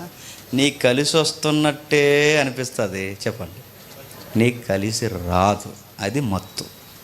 నీకు అతిశయం ఉన్నట్టుగానే అనిపిస్తుంది, చెప్పుకోవడానికి బాగుంది అనిపిస్తుంది. కానీ నేను తిరిగి చూస్తే చెప్పుకోవడానికి ఏమీ ఉండదు. బాగా వినాలి. దేవుడిని విడిచి ఆస్తుల వలన మత్తెక్కిన, దేవుడిని విడిచి ఇళ్ళలను బట్టి మత్తెక్కిన, దేవుడిని విడిచి భూములను బట్టి మత్తెక్కిన, దేవుడి కన్నా నువ్వు దేనికి పెద్ద పెట్టేసిన ఆ చివరికి అది ఎలా ఉంటుందో తెలుసా? వేరొకటి చేతికి అది వశమవుద్దట. గుర్తుపెట్టుకో. ఇలా ఎవరు చేస్తారంటే దేవుని దగ్గర ఉన్న పరాక్రమశాలే ఇలా చేస్తారట. 5వ వచనంలో చూడండి ఎంత మంచి మాట రాస్తున్నాడో. ఆ దినమున సైన్యములకు అధిపతియగు యెహోవా శేషించిన తన ప్రజలకు తానే భూషణ కిరీటముగా ఉండును, సౌందర్యము గల మగుటముగా ఉండును. ఇప్పుడు బాగా వినాలి. ఇప్పటి వరకు వాళ్ళకి భూషణ కిరీటం ఏంటండి? వాళ్ళ పంటలు. ఇప్పటి వరకు వాళ్ళ భూషణ కిరీటం ఏంటండి? వాళ్ళ ఇల్లు. ఇప్పటి వరకు వాళ్ళకి భూషణ కిరీటం ఏంటండి? వాళ్ళ సమృద్ధి. కానీ 5వ వచనంకి వచ్చేసరికి ఏమంటున్నాడంటే శాసము అన్నాడు. ఏంటంట? శాసము. శాసం అంటే ఈ మిగిలినోళ్ళు. శాసం అంటే మిగిలినోళ్ళు. మిగిలిన వారు అన్నాడంటే మరి మిగిలిన వాళ్ళందరూ, మిగతా వారందరూ ఏమయ్యారు? ఆడొచ్చాడు. ఎవడు చెప్పాలి? ఎందుకు చదువుకున్నాక ఆడొచ్చాడు. ఎవరు? అశ్షూరు రాజు వచ్చి ఏం చేశాడు? ఆడు బబులోనికి ఎత్తుకుపోయాడు. ఇప్పుడు చెప్పండి, బబులోన్లో ఏముంటుంది? సుఖము, వేశ్యాతత్వము, చెత్త చెదారం, ఇలాంటి వాళ్ళందరికీ, సుఖం మరిగిన వాళ్ళందరినీ బబులోని ఎత్తుకుపోయాడు. దేవుణ్ణి పట్టుకు ఏడ్చే శాసం ఆడు వదిలేసిపోయాడు. ఇప్పుడు వీళ్ళకి సుందర భూషణం పంట కాదు, వీళ్ళకి సుందర భూషణం ఇల్లు వాకిలు కాదు, వీళ్ళకి అతిశయ కిరీటం వీళ్ళ పంట వీళ్ళ మత్తు ఏది కాదు. వీళ్ళకి అతిశయం ఏదన్నా ఉంది అంటే భూషణ కిరీటము, సౌందర్యం గల మగుటము ఏదన్నా ఉందంటే వీళ్ళ దగ్గర ఒక ఆన్సర్ ఉందట. ఆ సౌందర్యమైన మగుటమైన భూషణ కిరీటమైన ఏదన్నా ఉందంటే మా పంట వాకిల ఉద్యోగం సంపాదన ఇవి ఏది కాదు ప్రభువా, నువ్వే మా భూషణ కిరీటం అన్నారు. నువ్వే మా సౌందర్యం ఒకటం. నిన్ను బట్టే అంటే దేవునికి ప్రతి తరంలో ఒక శాసం ఉంటారండి. లోకంతో కలవని వారు, లోకంలో ఉన్నా లోకంతో సుఖపడని వారు, లోకంలో ఉంటున్నా లోకానికి సంబంధం లేనోళ్ళు. చాలామంది ఈ మధ్య ఏమనుకుంటున్నారంటే లోకానికి దూరంగా ఉండడంటే శ్మశానాలకు పోవడం అనుకుంటున్నారు. శ్మశానాలకు పోవడం కదా అయ్యా, లోకంలోనే ఉంటావు, లోకంతో నీకు సంబంధం ఉండదు. లోకస్తుల మధ్య బతుకుతావు, లోకస్తుల్లా బతుకో, లోకస్తులతోనే మాట్లాడుతావు, లోకస్తుల మాదిరి మాట్లాడు. ఇది లోకానికి వేరుగా జీవించడం. అంతేగాని మన ప్రత్యేకంగా ఊరి చివరన జగనన్న కాలనీ, చంద్రన్న కాలనీలాగా ఇస్తారని కాదు. వీళ్ళ మధ్య ఉంటావు కానీ బ్రతకో, గుర్తుపెట్టుకో. బైబిల్ చెప్తుంది నీకు అతిశయ కిరీటం ఏదంటే ఇదిగో బైబిల్ చెప్తుంది, నా అతిశయ కిరీటం దేవుడే, నా అతిశయ కిరీటం దేవుడే, నా అతిశయ కిరీటం దేవుడే. నా పంట కాదు, నా ఆస్తులు కాదు, నా సంపాదన. ఎందుకంటే వీటి వలన నాకు మత్తు ఎక్కింది, ఇప్పుడు ఆ మత్తు నాకు వదిలిపోయింది, మిగిలిన శేషం అన్నారట. దేవా, ఈ పంట పొలాలు ఏవి కాదు, నువ్వు ఉంటే మాకు చాలు ప్రభువా. మాకు ఆరాధన నువ్వే, మా సిటీస్లో మా జీవితాల్లో ఆరాధన నీవే. ఇప్పుడు జాతకుండా మనకు కావాల్సిన వచనం వస్తుంది. 6వ వచనం. ఆయన న్యాయపీఠం మీద కూర్చుండు వారికి తీర్పు తీర్చు నేర్పు ఆత్మగాను, పరాక్రమ పుట్టించువాడుగాను ఉండు. 6వ వచనం మళ్ళీ చదవండి జాగ్రత్తగా.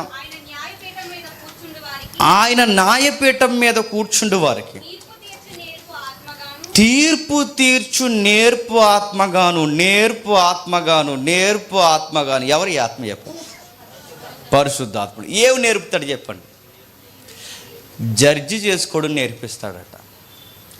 ఏది మంచి, ఏది చెడు, ఏది మత్తు, ఏది అభిషేకం, ఏది లోక సంబంధమైన బబులోను, ఏది యెరూషలేము వాతావరణం.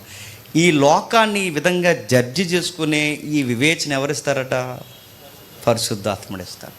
ఇప్పుడు చెప్పండి, లోకము ఆ రోజు ఇశ్రాయేలు వలె, ఆ రోజు బబులోని వలె ఇంత మత్తులో తూగుతున్నప్పుడు ఈ మత్తులో కలిసిపోకుండా ఆయన శేషించిన జనాంగం వల్ల ఆయనకి ఇష్టమైన ప్రజలుగా ఉండాలి అంటే ఈ బబులోను లాంటి ఈ తరంలో, ఈ లోకంలో, ఈ మత్తులో మనం కూలిపోకూడదంటే మనకు వివేచన ఇవ్వడానికి మనలో ఎవరు ఉండాలి చెప్పండి? ఇంటర్నల్గా పరిశుద్ధాత్ముడు ఉండాలి. అయ్యో ఎలా చేస్తాను నాకు తెలియట్లేదని అనకూడదు. నీకు ఎలా చేసాను తెలియకపోవడమేట్రా, అలా జరిగిపోయిందండి పరిస్థితుల ప్రభావం అనకూడదు. నీకు పరిస్థితులు ప్రభావమైనా, పరిస్థితి ఎంత ఒత్తిడి చేసినా, నీకు పరిస్థితి ఎంత నేను టెంప్ట్ చేసినా నువ్వు చెయ్యు. ఎందుకంటే ఆ పరిస్థితుల్లో నిన్ను ఒకరు గైడ్ చేస్తుంటారు. ఎవరు చెప్పండి? పరిశుద్ధ. నీకు తప్పేంటో ఒప్పేంటో మంచి ఏంటో చెడేంటో ఎలా జడ్జి చేసుకోవాలో, నిన్ను ఒక న్యాయాధిపతికి ఈ లోకంలో ఎలా బ్రతకాలో నీలో ఉండి నిన్ను కంట్రోల్ చేసేది పరిశుద్ధాత్ముడు. అరే ఇల్లు ఇచ్చాడు దేవుడు, ఇల్లుని బట్టి మత్తెక్కువైపోకరా. దేవుడు ఉద్యోగం ఇచ్చాడు, ఉద్యోగాన్ని బట్టి మత్తెక్కిపోకు. నీకు ఆస్తులు సుఖ సౌఖ్యాలు ఇచ్చాడు, దీన్ని బట్టి అతిశయించకు. నీకు దేవుడే అతిశయము, దేవుడే భూషణ కిరీటం. దేవుడికి ఇష్టమైనది ఏంటో ఇష్టం కానిది ఏంటో తెలుసు. కానీ ఎప్పటికప్పుడు నాలో ఉండి నన్ను గైడ్ చేసేది ఎవరంట? ఇప్పుడు చెప్పండి, ఇశ్రాయేలీ లాంటి ఆ మత్తెక్కువైపోయిన బతుకులు మనకు రాకూడదంటే మనం ఎవరిని కలిగి ఉండాలి? ఎవరిని? ఏంటి, మత్తులో ఊగుతున్నట్టు మాట్లాడేవారినేమో పరిశుద్ధాత్ముడు అన్నారు, మెలకు కలిగి జాగ్రత్తగా బతుకుతారు అన్నవారినేమో బైబిల్ ఏముందంటే పరిశుద్ధాత్మను పొందుకున్నవారని బైబిల్ చెప్తుంది. నాకు క్లారిటీ అర్థమవుతుందా? మత్తుగా మాట్లాడుతున్న వారినేమో పరిశుద్ధాత్ముడు దిగారు అంటున్నారు వాళ్ళ మీదకి. కానీ మత్తుగా మాట్లాడేది ఎవరు? ఇశ్రాయేలు అంటే బబులోని జీవితం అలవాటు పడిన వాళ్ళు మత్తుగా మాట్లాడుతున్నారు. ఇక్కడ మనకు కనబడాల్సింది అసలు పరిశుద్ధాత్ముడు కలిగిన వారు ఎలా ఉంటారంటే వివేచన ఉంటుంది, నాలెడ్జ్ ఉంటుంది, వాళ్ళకి లాజిక్, రీజనబుల్ లాజిక్ ఎదుగుతారు. వాళ్ళు తీసుకునే నిర్ణయాలు చాలా బాగుంటాయి. ఎందుకంటే వారిలో ఎవరున్నాడంటే పరిశుద్ధాత్ముడు ఉన్నాడు. 7వ వచనం బాధాకరమైన వచనం ఉంది ఒకటి. అయితే వీరును ద్రాక్షారసం వలన సొక్కి చోలెదురు, మద్యము వల్ల తత్తడపడుదురు, యాజకులేమి ప్రవక్తలేమి అందరూ మద్యము వలన సొక్కి సోలెదురు. ఎవరున్నారండి ఈ బ్యాచ్లో? ఈ బ్యాచ్లో ఎవరున్నారు చెప్పండి? యాజకులు, ప్రవక్తలు. ఇప్పుడు చెప్పండి, లోక సంబంధమైన జీవితం బాగా ఎంజాయ్ చేస్తూ మమ్మల్ని దేవుడు దీవించేసాడు అనుకునే బ్యాచ్లో ఎవరున్నారు చెప్పండి ఈ వచనాన్ని బట్టి. వాళ్ళు ఎలా ఉంటారు చెప్పనా? 5 స్టార్లు కూర్చుంటారు, ఓ ఫోటో తీస్తారు. ఆ ఫోటో యాజకులు ఓ ఫోటో తీస్తారు. ఆ 5 స్టార్లు కూర్చున్న ఫోటో తీసి మళ్ళీ వాళ్ళు ఏ ఫుడ్ తింటున్నారో కూడా ఫోటో తీసి అది సొసైటీ, ఈ సోషల్ ప్లాట్ఫామ్ మీద, ఈ ఇన్స్టాగ్రామ్లోనో ఎఫ్బీలోనో దాన్ని అప్లోడ్ చేసి వీళ్ళు ఏమంటారు చెప్పిన, దేవుడు మమ్మల్ని ఎంత బ్లెస్ చేస్తాడు మమ్మల్ని. అంటే బ్లెస్సింగ్ అంటే 5 స్టార్లో కూర్చొని ఉప్మా తినడమా? నా మాటలు అర్థమవుతున్నాయి లేదో? వాళ్ళు ఏం చేస్తారు తెలుసా? దేవుని కృపను బట్టి ఎక్కడో వెళ్తారులేండి, మేఘాల్లోకి ఎక్కడికో. ఎందుకంటే ఈ తిరిగిపోతే యాజకులు ఎక్కువైపోరు ఈ మధ్య. అలా ఎక్కడో మేఘాల్లో తిరిగి అక్కడెక్కడో తిరిగి అక్కడ కూర్చుని మేఘాల్లో మేము తిరుగుతున్నామంటే చీ అంటదని పబ్లిక్ ఏమంటారంటే, దేవుడు మేఘాలను ఎంత అందంగా చేశాడో చూడండి అని మేఘాలు చీవుతాడు. ఉడితే ఆ మేఘాలను కాదు, మమ్మల్ని చూడండి మేము మేఘాల్లో తిరుగుతున్నామని. ఇలా మత్తుగా బాగా లోకస్తులు లోకాన్ని బట్టి అతిశయిస్తున్నారు. యాజకులు కూడా దేన్ని బట్టి అతిశయిస్తున్నారు చెప్పండి? లోకాన్ని బట్టి, వాళ్ళు వేసుకున్న బట్టలను బట్టి అతిశయిస్తున్నారు, వాళ్ళు వాడే వస్తువులను బట్టి అతిశయిస్తున్నారు, వాళ్ళ యొక్క ఇల్లులను బట్టి అతిశయిస్తున్నారు, వాళ్ళ వాడే వస్తువులు, వారు తినే ఫుడ్ను బట్టి అతిశయిస్తున్నారు, వారు తిరిగే ఆ యొక్క వాహనాల్లో లేదా విదేశీ ప్రయాణాలను బట్టి వాళ్ళు అతిశయిస్తున్నారు. వాళ్ళంత అతిశయిస్తూ వాళ్ళు ఏమనుకుంటారంటే దేవుడు మమ్మల్ని దీవించాడంటే ఈ మత్తు సామాన్య ప్రజలకే కాదు ఎక్కింది, యాజకులకి ప్రవక్తలకు కూడా ఎక్కేస్తుంది. అరే పాస్టర్లు కూడా ఎలా ఉంటారంటే ఈ మధ్య కొంతమంది లోకస్తులు కన్నా ఎక్కువగా ఎలా ఉన్నారు. ఒక ఆయన అంటున్నాడండి, తమిళనాడులో ఉన్నాడండి, ఈ మధ్య ఇటు మన తెలుగు రాష్ట్రాలు కూడా వస్తున్నాడు దరిద్రం. ఆయన ఏమంటాడంటే సినిమా యాక్టర్లు అందంగా ఉండడం ఏంటి, మనం అందంగా ఉండకూడదు అంటున్నాడు ఆడు. వాళ్ళు అందంగా ఉండడం ఏంటి, మనం అందంగా ఉండకూడదు, అందుకే వాళ్ళకి మనం తీసుకోకూడదనే ఈ మధ్యకాలంలో ఇలా డిఫరెంట్ డ్రెస్ కోడ్ మెయింటైన్ చేస్తుంది. ఏంటి జబ్బలు చూపించడానికి. ఈ జబ్బలు చూపించి ఇలా టీషర్ట్లు వేసుకుని వచ్చి గొప్ప ప్రసంగం చేస్తుంటే, సార్ మీరు టీషర్ట్స్ వేసుకుంటున్నారు ఏంటి సార్ అని అడిగితే వాడు అన్నాడు, మీరు ప్రసంగాన్ని టీషర్ట్స్ వేసుకోవడం కరెక్ట్ కదా సార్, మీరు ఇంట్లో వేసుకున్నారు, ఏ పనుల మీద వేసుకున్నారు అనుకోవచ్చు, మీరు టీషర్ట్స్ ఇక్కడికి ఇంత స్టైల్గా బాస్గా మీరు వచ్చి మెసేజ్ చెప్పడం ఏంటి సార్ అంటే, ఆడిచ్చే దిక్కుమాలి బూడిద ఆన్సర్ ఏంటో తెలుసా? ఏ యాక్టర్లు ఉండాలా, దేవుని పిల్లలు మనం ఉండకూడదా, దేవుడు మనల్ని కూడా అందంగా పుట్టించాడు అంటున్నాడు. పుట్టించాడులే, ఎవడు కాదన్నాడు? అలాగని ఇప్పుడు ఆలకలా ఉండమనా? వీళ్ళు పోలికలు చూసారు ఎలా ఉన్నాయో.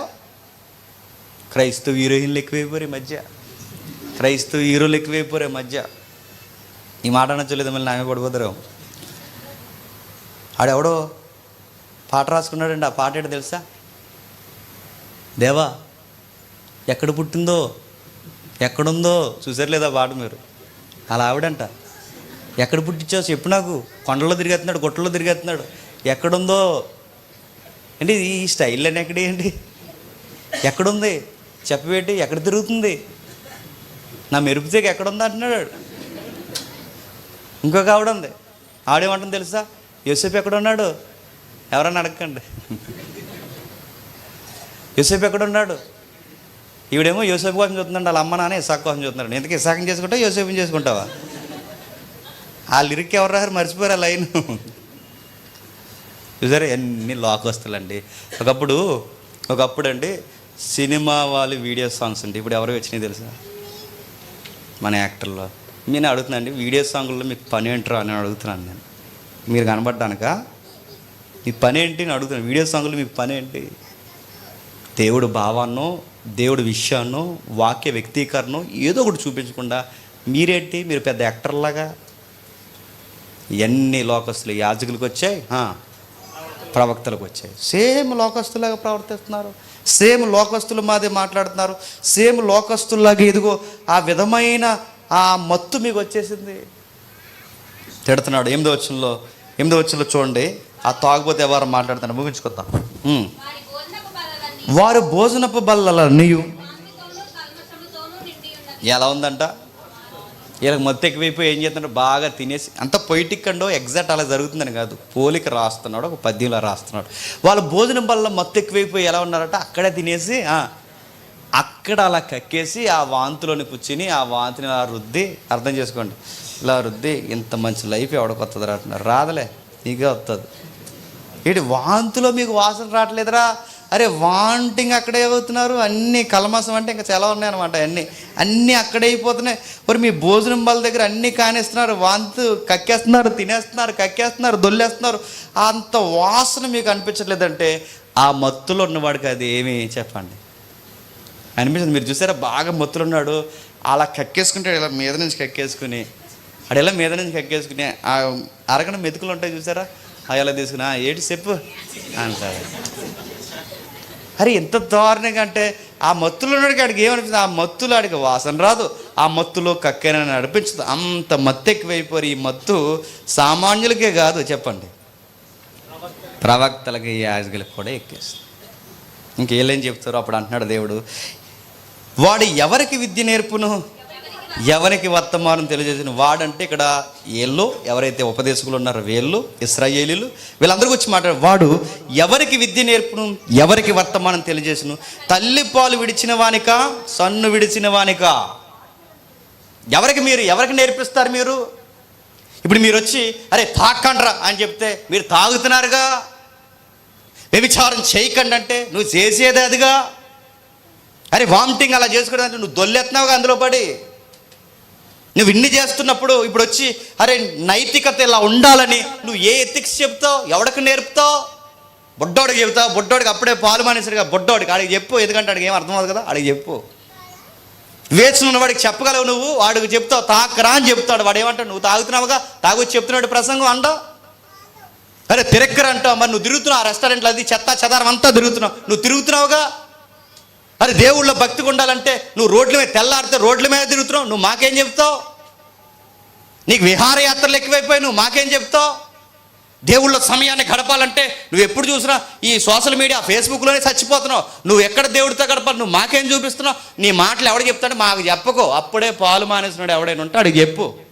అదే కదా ఎస్సీ అంటున్నాడు, అప్పుడే పాలు మానేస్తున్నాడు, అప్పుడే తన తల్లి రొమ్మును విడిచేసినాడు ఎవడ ఉంటే వాడికి చెప్పు. ఎవడో నేర్పుతావు విద్య, నువ్వు ఎవడో చెప్తావు విద్య, నువ్వు ఎవడికి నేర్పించడానికి ఈ కహానాలని చెప్తున్నావు. నువ్వు దొల్లుతున్నావు లోకంలో పడి, మాకేం చెప్తావు? దొల్లేసి మళ్ళీ ఇంత చేసి వీళ్ళు ఏమంటారు చూడండి, 10వ వచనం ఎంత విచిత్రంగా ఉంటుంది చూడండి.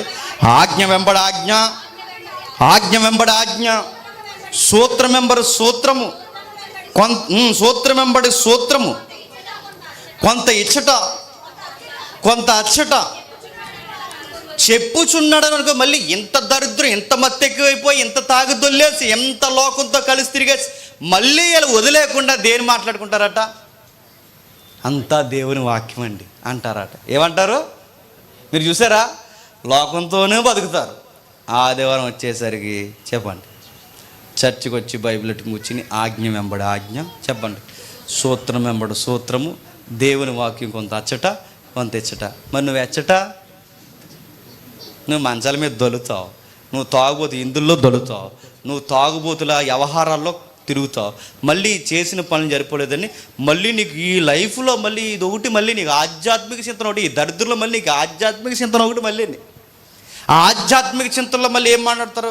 దేవుని వాక్యం అండి, అక్కడండి కొంచెం ఇక్కడండి, అన్ని చోట్ల దేవుని వాక్యం ఉంటుందండి అని మాట్లాడుతున్నారంటే మళ్ళీ ఎంత దరిద్రంలోకి వెళ్ళి ఏం వదిలేదండి, బైబిల్ అట్టుకునే తిరుగుతారండి. అది బాధ అక్కడ. వీళ్ళు ఎవరు తిరిగే బ్యాచ్ ఎవరు చెప్పండి? ఇశ్రాయేలు మత్తు చూడండి, వాళ్ళు ఏమంటున్నారు, వాళ్ళు అనుకుందరు. అక్కడ కొంచెం వస్తుంది, ఇక్కడ బాగా మత్తు ఎక్కువైపోయి దేవుని వాక్యం అనుకుంటున్నారట. అలా కొంచెం వస్తుందిలే, అలా దేవుడు అప్పుడప్పుడు మనల్ని అలా గద్దింతుంటాడు అంటున్నారంట. యెషయా అంటున్నాడు కిందకి, నిజమే, అలసిన వానికి నెమ్మది కలిగి చేయడి, ఇదే నెమ్మది, ఇదే విశ్రాంతి అని చెప్పినవాడు దేవుడు ఎలా అంటున్నాడు. ఇక మీకు ఎంత స్పష్టంగా చెప్పినా మీ బుర్రలకు అర్థం అవుతురా. యెషయాగా నేను ఎంతో చెప్తున్నాను, ప్రవక్తలుగా మీకు ఎంతో చెప్తున్నాను, మీకు ఇంత స్పష్టంగా అర్థమైన భాషలో మీకు చెప్పినా మీకు అర్థం కాదు కనుక ఇంకా మీకు అర్థం అవ్వకుండా నెత్తోలతో మాట్లాడతాడు దేవుడు అన్నాడు. సార్ నెత్తోలు మాటలు అర్థమవుతాయండి? ఆడు ఎంత చెప్పినా ఏమన్నావురా అనాలి మనం అంటాడు. అలా అన్నాడు దేవుడు నిన్ను అంటాడు. ఏం అర్థం లేదు నాకు అంటాం మనం, అంతే. దేవుడు అది చంపేస్తా అంటాడు నేను, దేవుడు ఇది చంపేస్తాడరా అని అడిగితే అర్థమవుతాడు. ఏది పాప ఏదో చెప్తుంటాడు, మనకు అర్థమవుతుంది. నీకు స్పష్టంగా చెప్పినంత కాలం నీకు అర్థమవలేదు. ఇప్పుడు దేవుడు ఎవరితో చెప్తాడో తెలుసా? నీకు అర్థం కాకూడదని నెత్తోలతో చెప్పిస్తాడు. ఇంకెవరితో చెప్పిస్తాడట? కింద చెప్తున్నాడు చూడండి, అన్య భాషలతోనూ ఈ జనులతో ఈ జనులు అంటే ఇక్కడ ఇశ్రాయేలీలు. అన్య భాషలు అనగానే మూల భాష ఏముందంటే విదేశీ. ఎవరంట? విదేశీ భాషలతో మాట్లాడతాడు మీతో. అన్య భాషలు అనగానే మళ్ళీ మీరు అదిదో ట్రాన్స్లో ఉండే భాష ఉంది కదా, ఆ భాషకి వెళ్ళిపోకండి. అన్య భాషలు అనగానే 4 పదాలు ఉన్నాయి, అక్కడికి వెళ్ళిపోకండి. అన్య భాష అనగానే ఇక్కడ మూలంలో ఏముంటుందంటే విదేశీ భాషలు. అంటే ఇప్పుడు ఇక్కడ విదేశీ భాషలు అంటే ఎవరితో మాట్లాడేస్తాడు చెప్పండి? అసూరు. ఎవరు? వీళ్ళ మీద దండయాత్ర రాబోతున్నది ఎవరండి? అసూరు భాషతో. నేను చెప్పాను ప్రవక్తగా, మీ బుర్రలకు ఎక్కలేదు. దేవుడు చాలాసార్లు మాట్లాడించాడు, మీ బుర్రలకు ఎక్కలేదు. ఇప్పుడు నెత్తోలతో మాట్లాడిస్తాడు. నెక్స్ట్ స్టేజ్ ఏంటంటే వాళ్ళని పిలుస్తాడు. ఎవరిని? ఆ పరాక్రమశాల అసూరు ఉన్నారు కదా, వాడు వస్తాడు, మిమ్మల్ని ఎత్తుకెళ్ళిపోతాడు. అక్కడ మీకు చాలా పాఠాలు నేర్పిస్తాడు. వాడు ఏం పాఠాలు నేర్పిస్తాడు? పొద్దున్నే టిఫిన్ తినే స్కూల్కి వచ్చాను అంటాడు. అండ్ ఒకడు మనల్ని సెరకు తీసుకుపోతే ఏం చెప్తాడండి? ఇవాళ మీకు ఏం పెట్టమంటారు, ఇవాళ మార్నింగ్ టిఫిన్ మెనూలో మీకు ఏం కావాలి, ఈరోజు కిచిడి తిన్నారుగా, రేపు ఏం తింటారని అడుగుతాడు. పాసనం కూడా ఎట్టాడు. ఇప్పటి వరకు పంట బాగా పండింది, ఇప్పటి వరకు ఇల్లు బాగున్నాయి, ఇప్పటి వరకు పరిస్థితులు బాగున్నాయి. ఇప్పుడు పొరుగోడు తీసుకుపోయి ఇప్పుడు ఇల్లు ఉండదు, వాకులు ఉండదు, ఫుడ్ ఉండదు, ఏం ఉండదు, సుఖం ఉండదు, నిద్ర ఉండదు, మొత్తం మత్తు తెలిపోద్ది. ఇప్పుడు వాడు ఒక పాఠం చెప్తాడు. ఏమని చెప్తాడు తెలుసా? ఏడరా మీ దేవుడు అని అడుగుతాడు. ఇప్పుడు వాళ్ళ ద్వారా దేవుడు మాట్లాడుతున్నాడు. ఏమనంటే దేవుడు మిమ్మల్ని వదిలేశాడు. ఇది పాఠం. వాడి ద్వారా అన్య భాషలు మాట్లాడు వారితో మాట్లాడిస్తాను, అయినను వారు విననొల్లరు. ఇంత వాక్యం చెప్పినా విననొల్లరు. కావున వారు వెళ్ళి వెనకకు మురుగ్గి ఇరుగబడి చిక్కబడి పట్టబడినట్లు, ఇరుగబడి చిక్కబడి పట్టబడినట్లు. బాగా వినాలి. ఇరగబడి చిక్కుబడి పట్టుబడినట్లు. ఇప్పుడు వాక్యం మారిపోద్దట. ఏమొస్తుంది ఇప్పుడు వాక్యం మీకంటే? ఆజ్ఞ వెంబడి ఆజ్ఞ, ఆజ్ఞ వెంబడి ఆజ్ఞ, సూత్రం వెంబడి సూత్రము, సూత్రం వెంబడి సూత్రము, కొంతటి ఇచ్చట కొంత అచ్చట. యెహోవాకు వచ్చినప్పుడు చెప్పండి, ఇప్పటి వరకు వాక్యం ఎందుకు వచ్చిందంటే వీళ్ళని రక్షించడానికి వచ్చింది. ఇప్పుడు వాక్యం ఎందుకు వస్తుందట? ఎరగబడి చిక్కబడి పట్టబడినట్లు. ఇప్పుడు ఇదే రక్షించే వాక్యం మీకు ఏమవుద్దంటే మిమ్మల్ని శిక్షించే వాక్యం అవుతుంది. ఇది ఎలా వస్తుందంటే ఆజ్ఞ వెనకాల ఆజ్ఞ, సూత్రం వెనకాల సూత్రం. నాకు అనిపించిందంటే ఒకవేళ ఇది కాకపోతే తర్వాత నేను సరి చేసుకుంటాను. కొంత ఇచ్చట కొంత అచ్చట. కొంత ఇచ్చట అంటే కొంత ఇజ్రాయెల్ దేశంలో చెబుతున్నాను నేను, కొంత మీకు దేవుడు అచ్చట చెబుతాడులే అన్నాడు. అచ్చట అంటే ఎక్కడ చెప్పండి? అయ్యో అక్కడ ఉన్నాడుగా ఎత్తిపోయేవాడు ఎవడు చెప్పండి. అది ఇప్పుడు నేను కొంచెం చెబుతున్నాను, కొంత ఎచ్చట ఎక్కడ మన స్వదేశంలో చెబుతున్నాను, మీ బుర్రలకు ఎక్కట్లేదు. ఒకడు వస్తాడు, మిమ్మల్ని ఎత్తుకుపోతాడు, అక్కడ పోయి అక్కడ వేస్తాడు. అచ్చడు కొంచెం చెప్పిస్తాడులే మీకు, అచ్చడు కొంచెం చెప్పండి, ఇచ్చడ కొంచెం. అసూరు సామ్రాజ్యం ఉంది కదా, అసూరు సామ్రాజ్యం మీద తీసుకో, అచ్చడ కొంచెం ఇచ్చడ కొంచెం. నేను కొంచెం చెప్తున్నాను, మీ బుర్రలకు ఎక్కది. చెప్పేది కూడా ఈసారి ఎందుకు చెప్తున్నానంటే మిమ్మల్ని ఎర్రగొట్టడానికి, పడగొట్టడానికి, మిమ్మల్ని చెదరగొట్టడానికి. ఇంతకే ఈ కొంచెం నేను ఎక్కడ చెప్తున్నాను, కొంచెం అక్కడ చెబుతాడు వాడు. అచ్చడ కొంచెం ఇక్కడ కొంచెం. ఎందుకంటే మీకు ఎంత దేవుడు మిమ్మల్ని ప్రేమించినా మీ బుర్రలకు ఎక్కట్లేదు. దేవుడు మిమ్మల్ని హెచ్చరిస్తున్నాడు అని చెబుతూ మనం ముగించేసుకుందాం. చెబుతూ చాలా విషయాలు చెప్పుకొస్తున్నాడు. చాలా విషయాలు చెప్పుకొచ్చి 15వ వచనంలో ఏమంటున్నాడు చూడండి.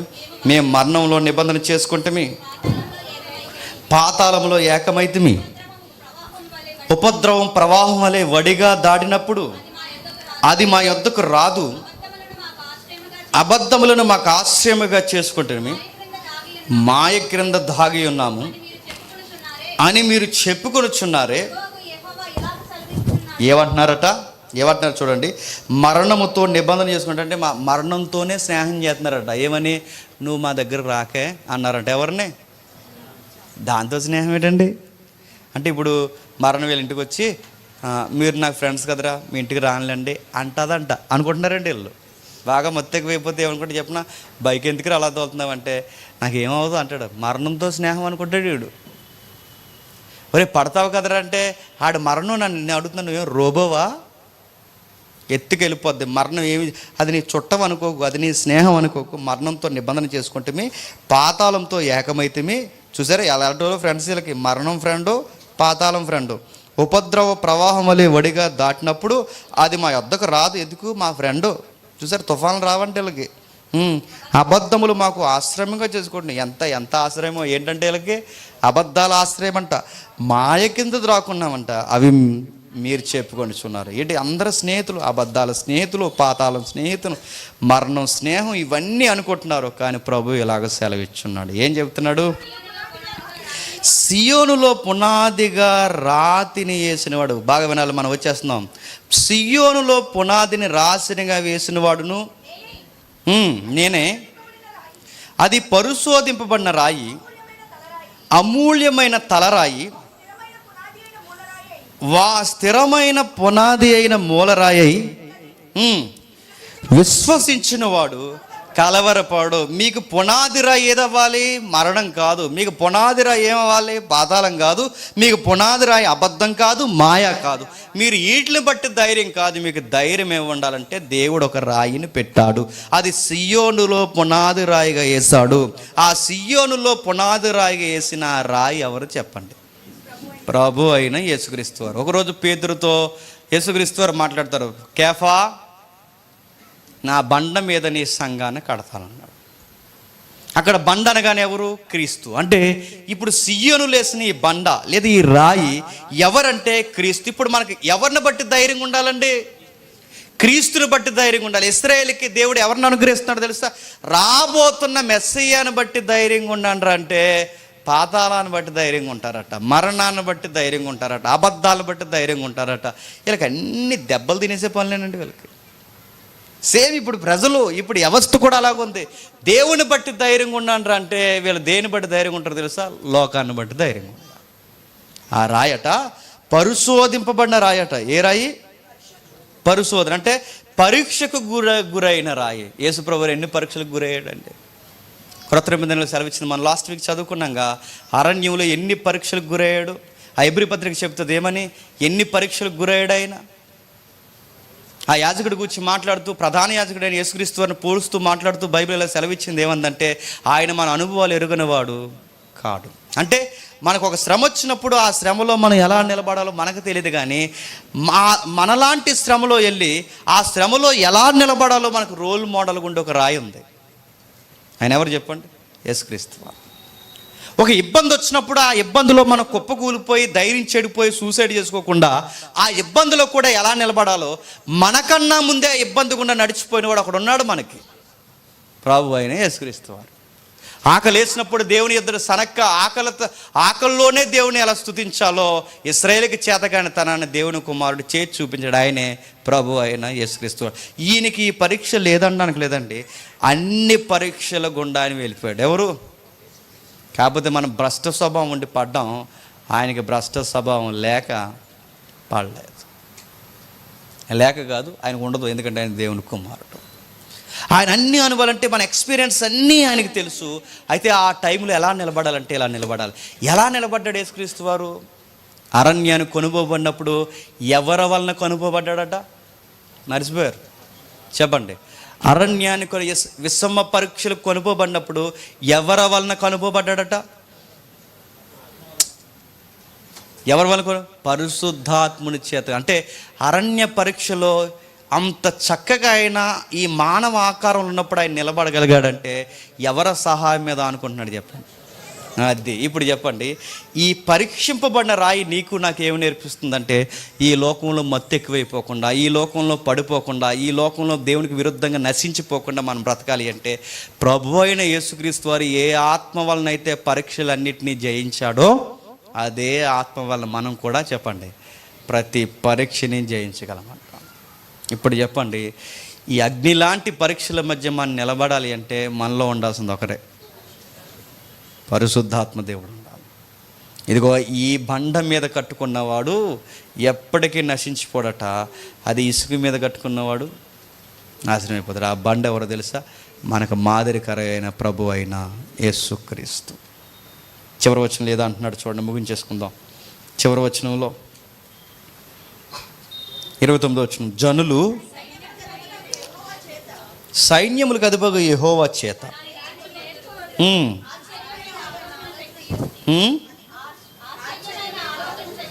ముగించుకుందామని అందరూ ఎక్కువ చదువుతున్నారా?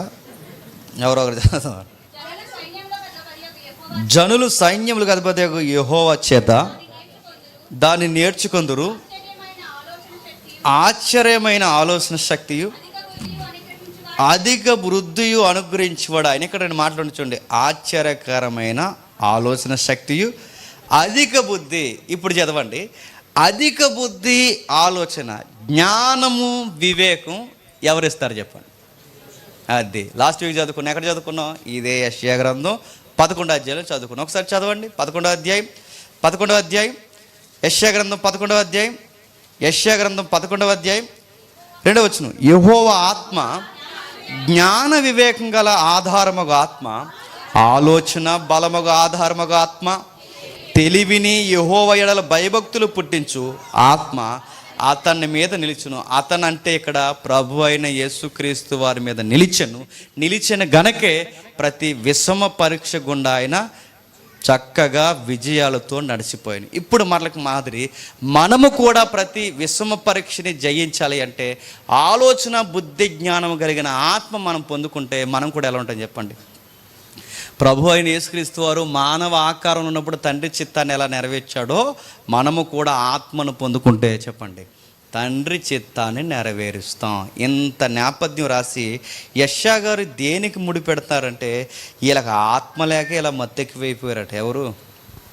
ఇశ్రాయేల్. ఆత్మ ఉన్నవాడు ఇల్లున్నా ఇల్లును బట్టి చెడిపోడు, ఆత్మ ఉన్నవాడు డబ్బులున్నా డబ్బులను బట్టి చెడిపోడు.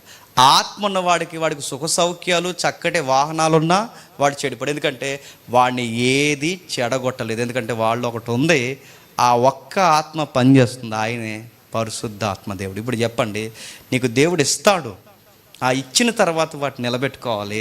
వాటిని నిలబెట్టుకుని వాటిలో మనం పడిపోకుండా ఉండాలి అంటే మనలో ఎవరు ఉండాలి చెప్పండి? పరిశుద్ధాత్ముడు ఉండాలి. ఈ క్లారిటీ మనకు లేదనుకోండి, మనం అడగడం నేర్చుకుంటాం, అడిగిన తర్వాత సుఖపడడం నేర్చుకుంటాం, సుఖపడిన తర్వాత ఎవరో మనం తప్పుపడతారు. ఎందుకంటే మనం తప్పులు చేస్తే ఎవరైనా మనం తప్పుపడతారు, కానీ మనం అన్ని విధాలుగా స్థిరపడితే మనల్ని ఎవరైనా తప్పుపడతారా? బాగున్నారు సార్ అని పొగుడతారు. ఈ పొగడతలు మనకు ఎలా అయిపోతాయంటే అదొక తెలియని అతిశయం వస్తుంది. మాకేంట్లే, మాకు అన్నీ ఉన్నాయని, దేవుడు మాకు అన్నీ ఇచ్చేసడానికి ఏ గొడవ లేదనుకుంటాం. మాకు ఏంట్లే అనుకోవడమే పెద్ద మత్తు. ఆ మత్తులో మనం పడిపోయామంటే దేవునికి తెలియకుండానే దూరం అవుతాం. దేవుడు చూస్తాడు, ఎవరో ఒకరిని మన మీదకి పంపుతాడు. అంటే అది వ్యాధి అవ్వచ్చు, శ్రమ అవ్వచ్చు, ఏదో కష్టం అవ్వచ్చు, ఏదో మన మీదకి వస్తుంది.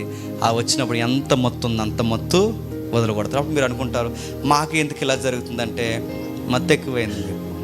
అది గుర్తుపెట్టుకో. అందరికి ఎలా జరుగుతుందంటే అందరికి ఇలా కాదు. కొన్నిసార్లు తన ఇష్టమైన పిల్లలను కూడా ఆయన శ్రమల గుండా నడిపిస్తాడు. ఏమో వాళ్ళకి ఏం ఎక్స్పీరియన్స్ ఇవ్వాలనుకుంటున్నాడు. ఏది ఏమైనా ఒకవేళ ఈ మత్తులో ఉంటే జాగ్రత్త పడండి. లేదు మేము దేవుని ఆత్మ వల్లనే మేము నడిపింపబడుతున్నాం, అయినా మాకు ఇబ్బందులు వస్తున్నాయంటే ప్రభు అయిన యేసుక్రీస్తు వారు బాగున్నాయని శ్రమలు వచ్చాయి. ఎందుకు? ఆయన తన ప్రియ కుమారుడు కనుక, ఆయన యందు ఆనందిస్తున్నాడు కనుక, ఆ ఆనందిస్తున్న దేవుడు తన కుమారుని శ్రమల గుండా నడిపించడం ఆయనకి ఇష్టమైన అన్నాడు కనుక మనం కూడా ఆయనకి ఇష్టమైతే మనం ఎంత మంచిగున్నా కొన్నిసార్లు పరీక్షలు కూడా నడిపిస్తారు. ప్రస్తుతానికి ఆ పరీక్ష ఎందుకో మనకు అర్థం కాదు, కానీ ఒక రోజు వస్తుంది ఆ పరీక్ష ఎందుకు వచ్చిందో చాలా క్లారిటీగా మనకి అర్థమవుతుంది. కాబట్టి మత్తు ఉంటే వదిలేయండి, మత్తు మీద ఉండే అతిశయాన్ని వదిలేయండి, ఆత్మ అభిషేకాన్ని పొందుకోండి, దేవుని వలన ఘనముగా జీవించండి. అలాగే కళ్ళు మూసుకోండి. మోకాలు లేగలిగిన వారు మోకాలు లేయండి, మోకాలు లేని వారు ప్రార్థనలో ఏకీభవించండి.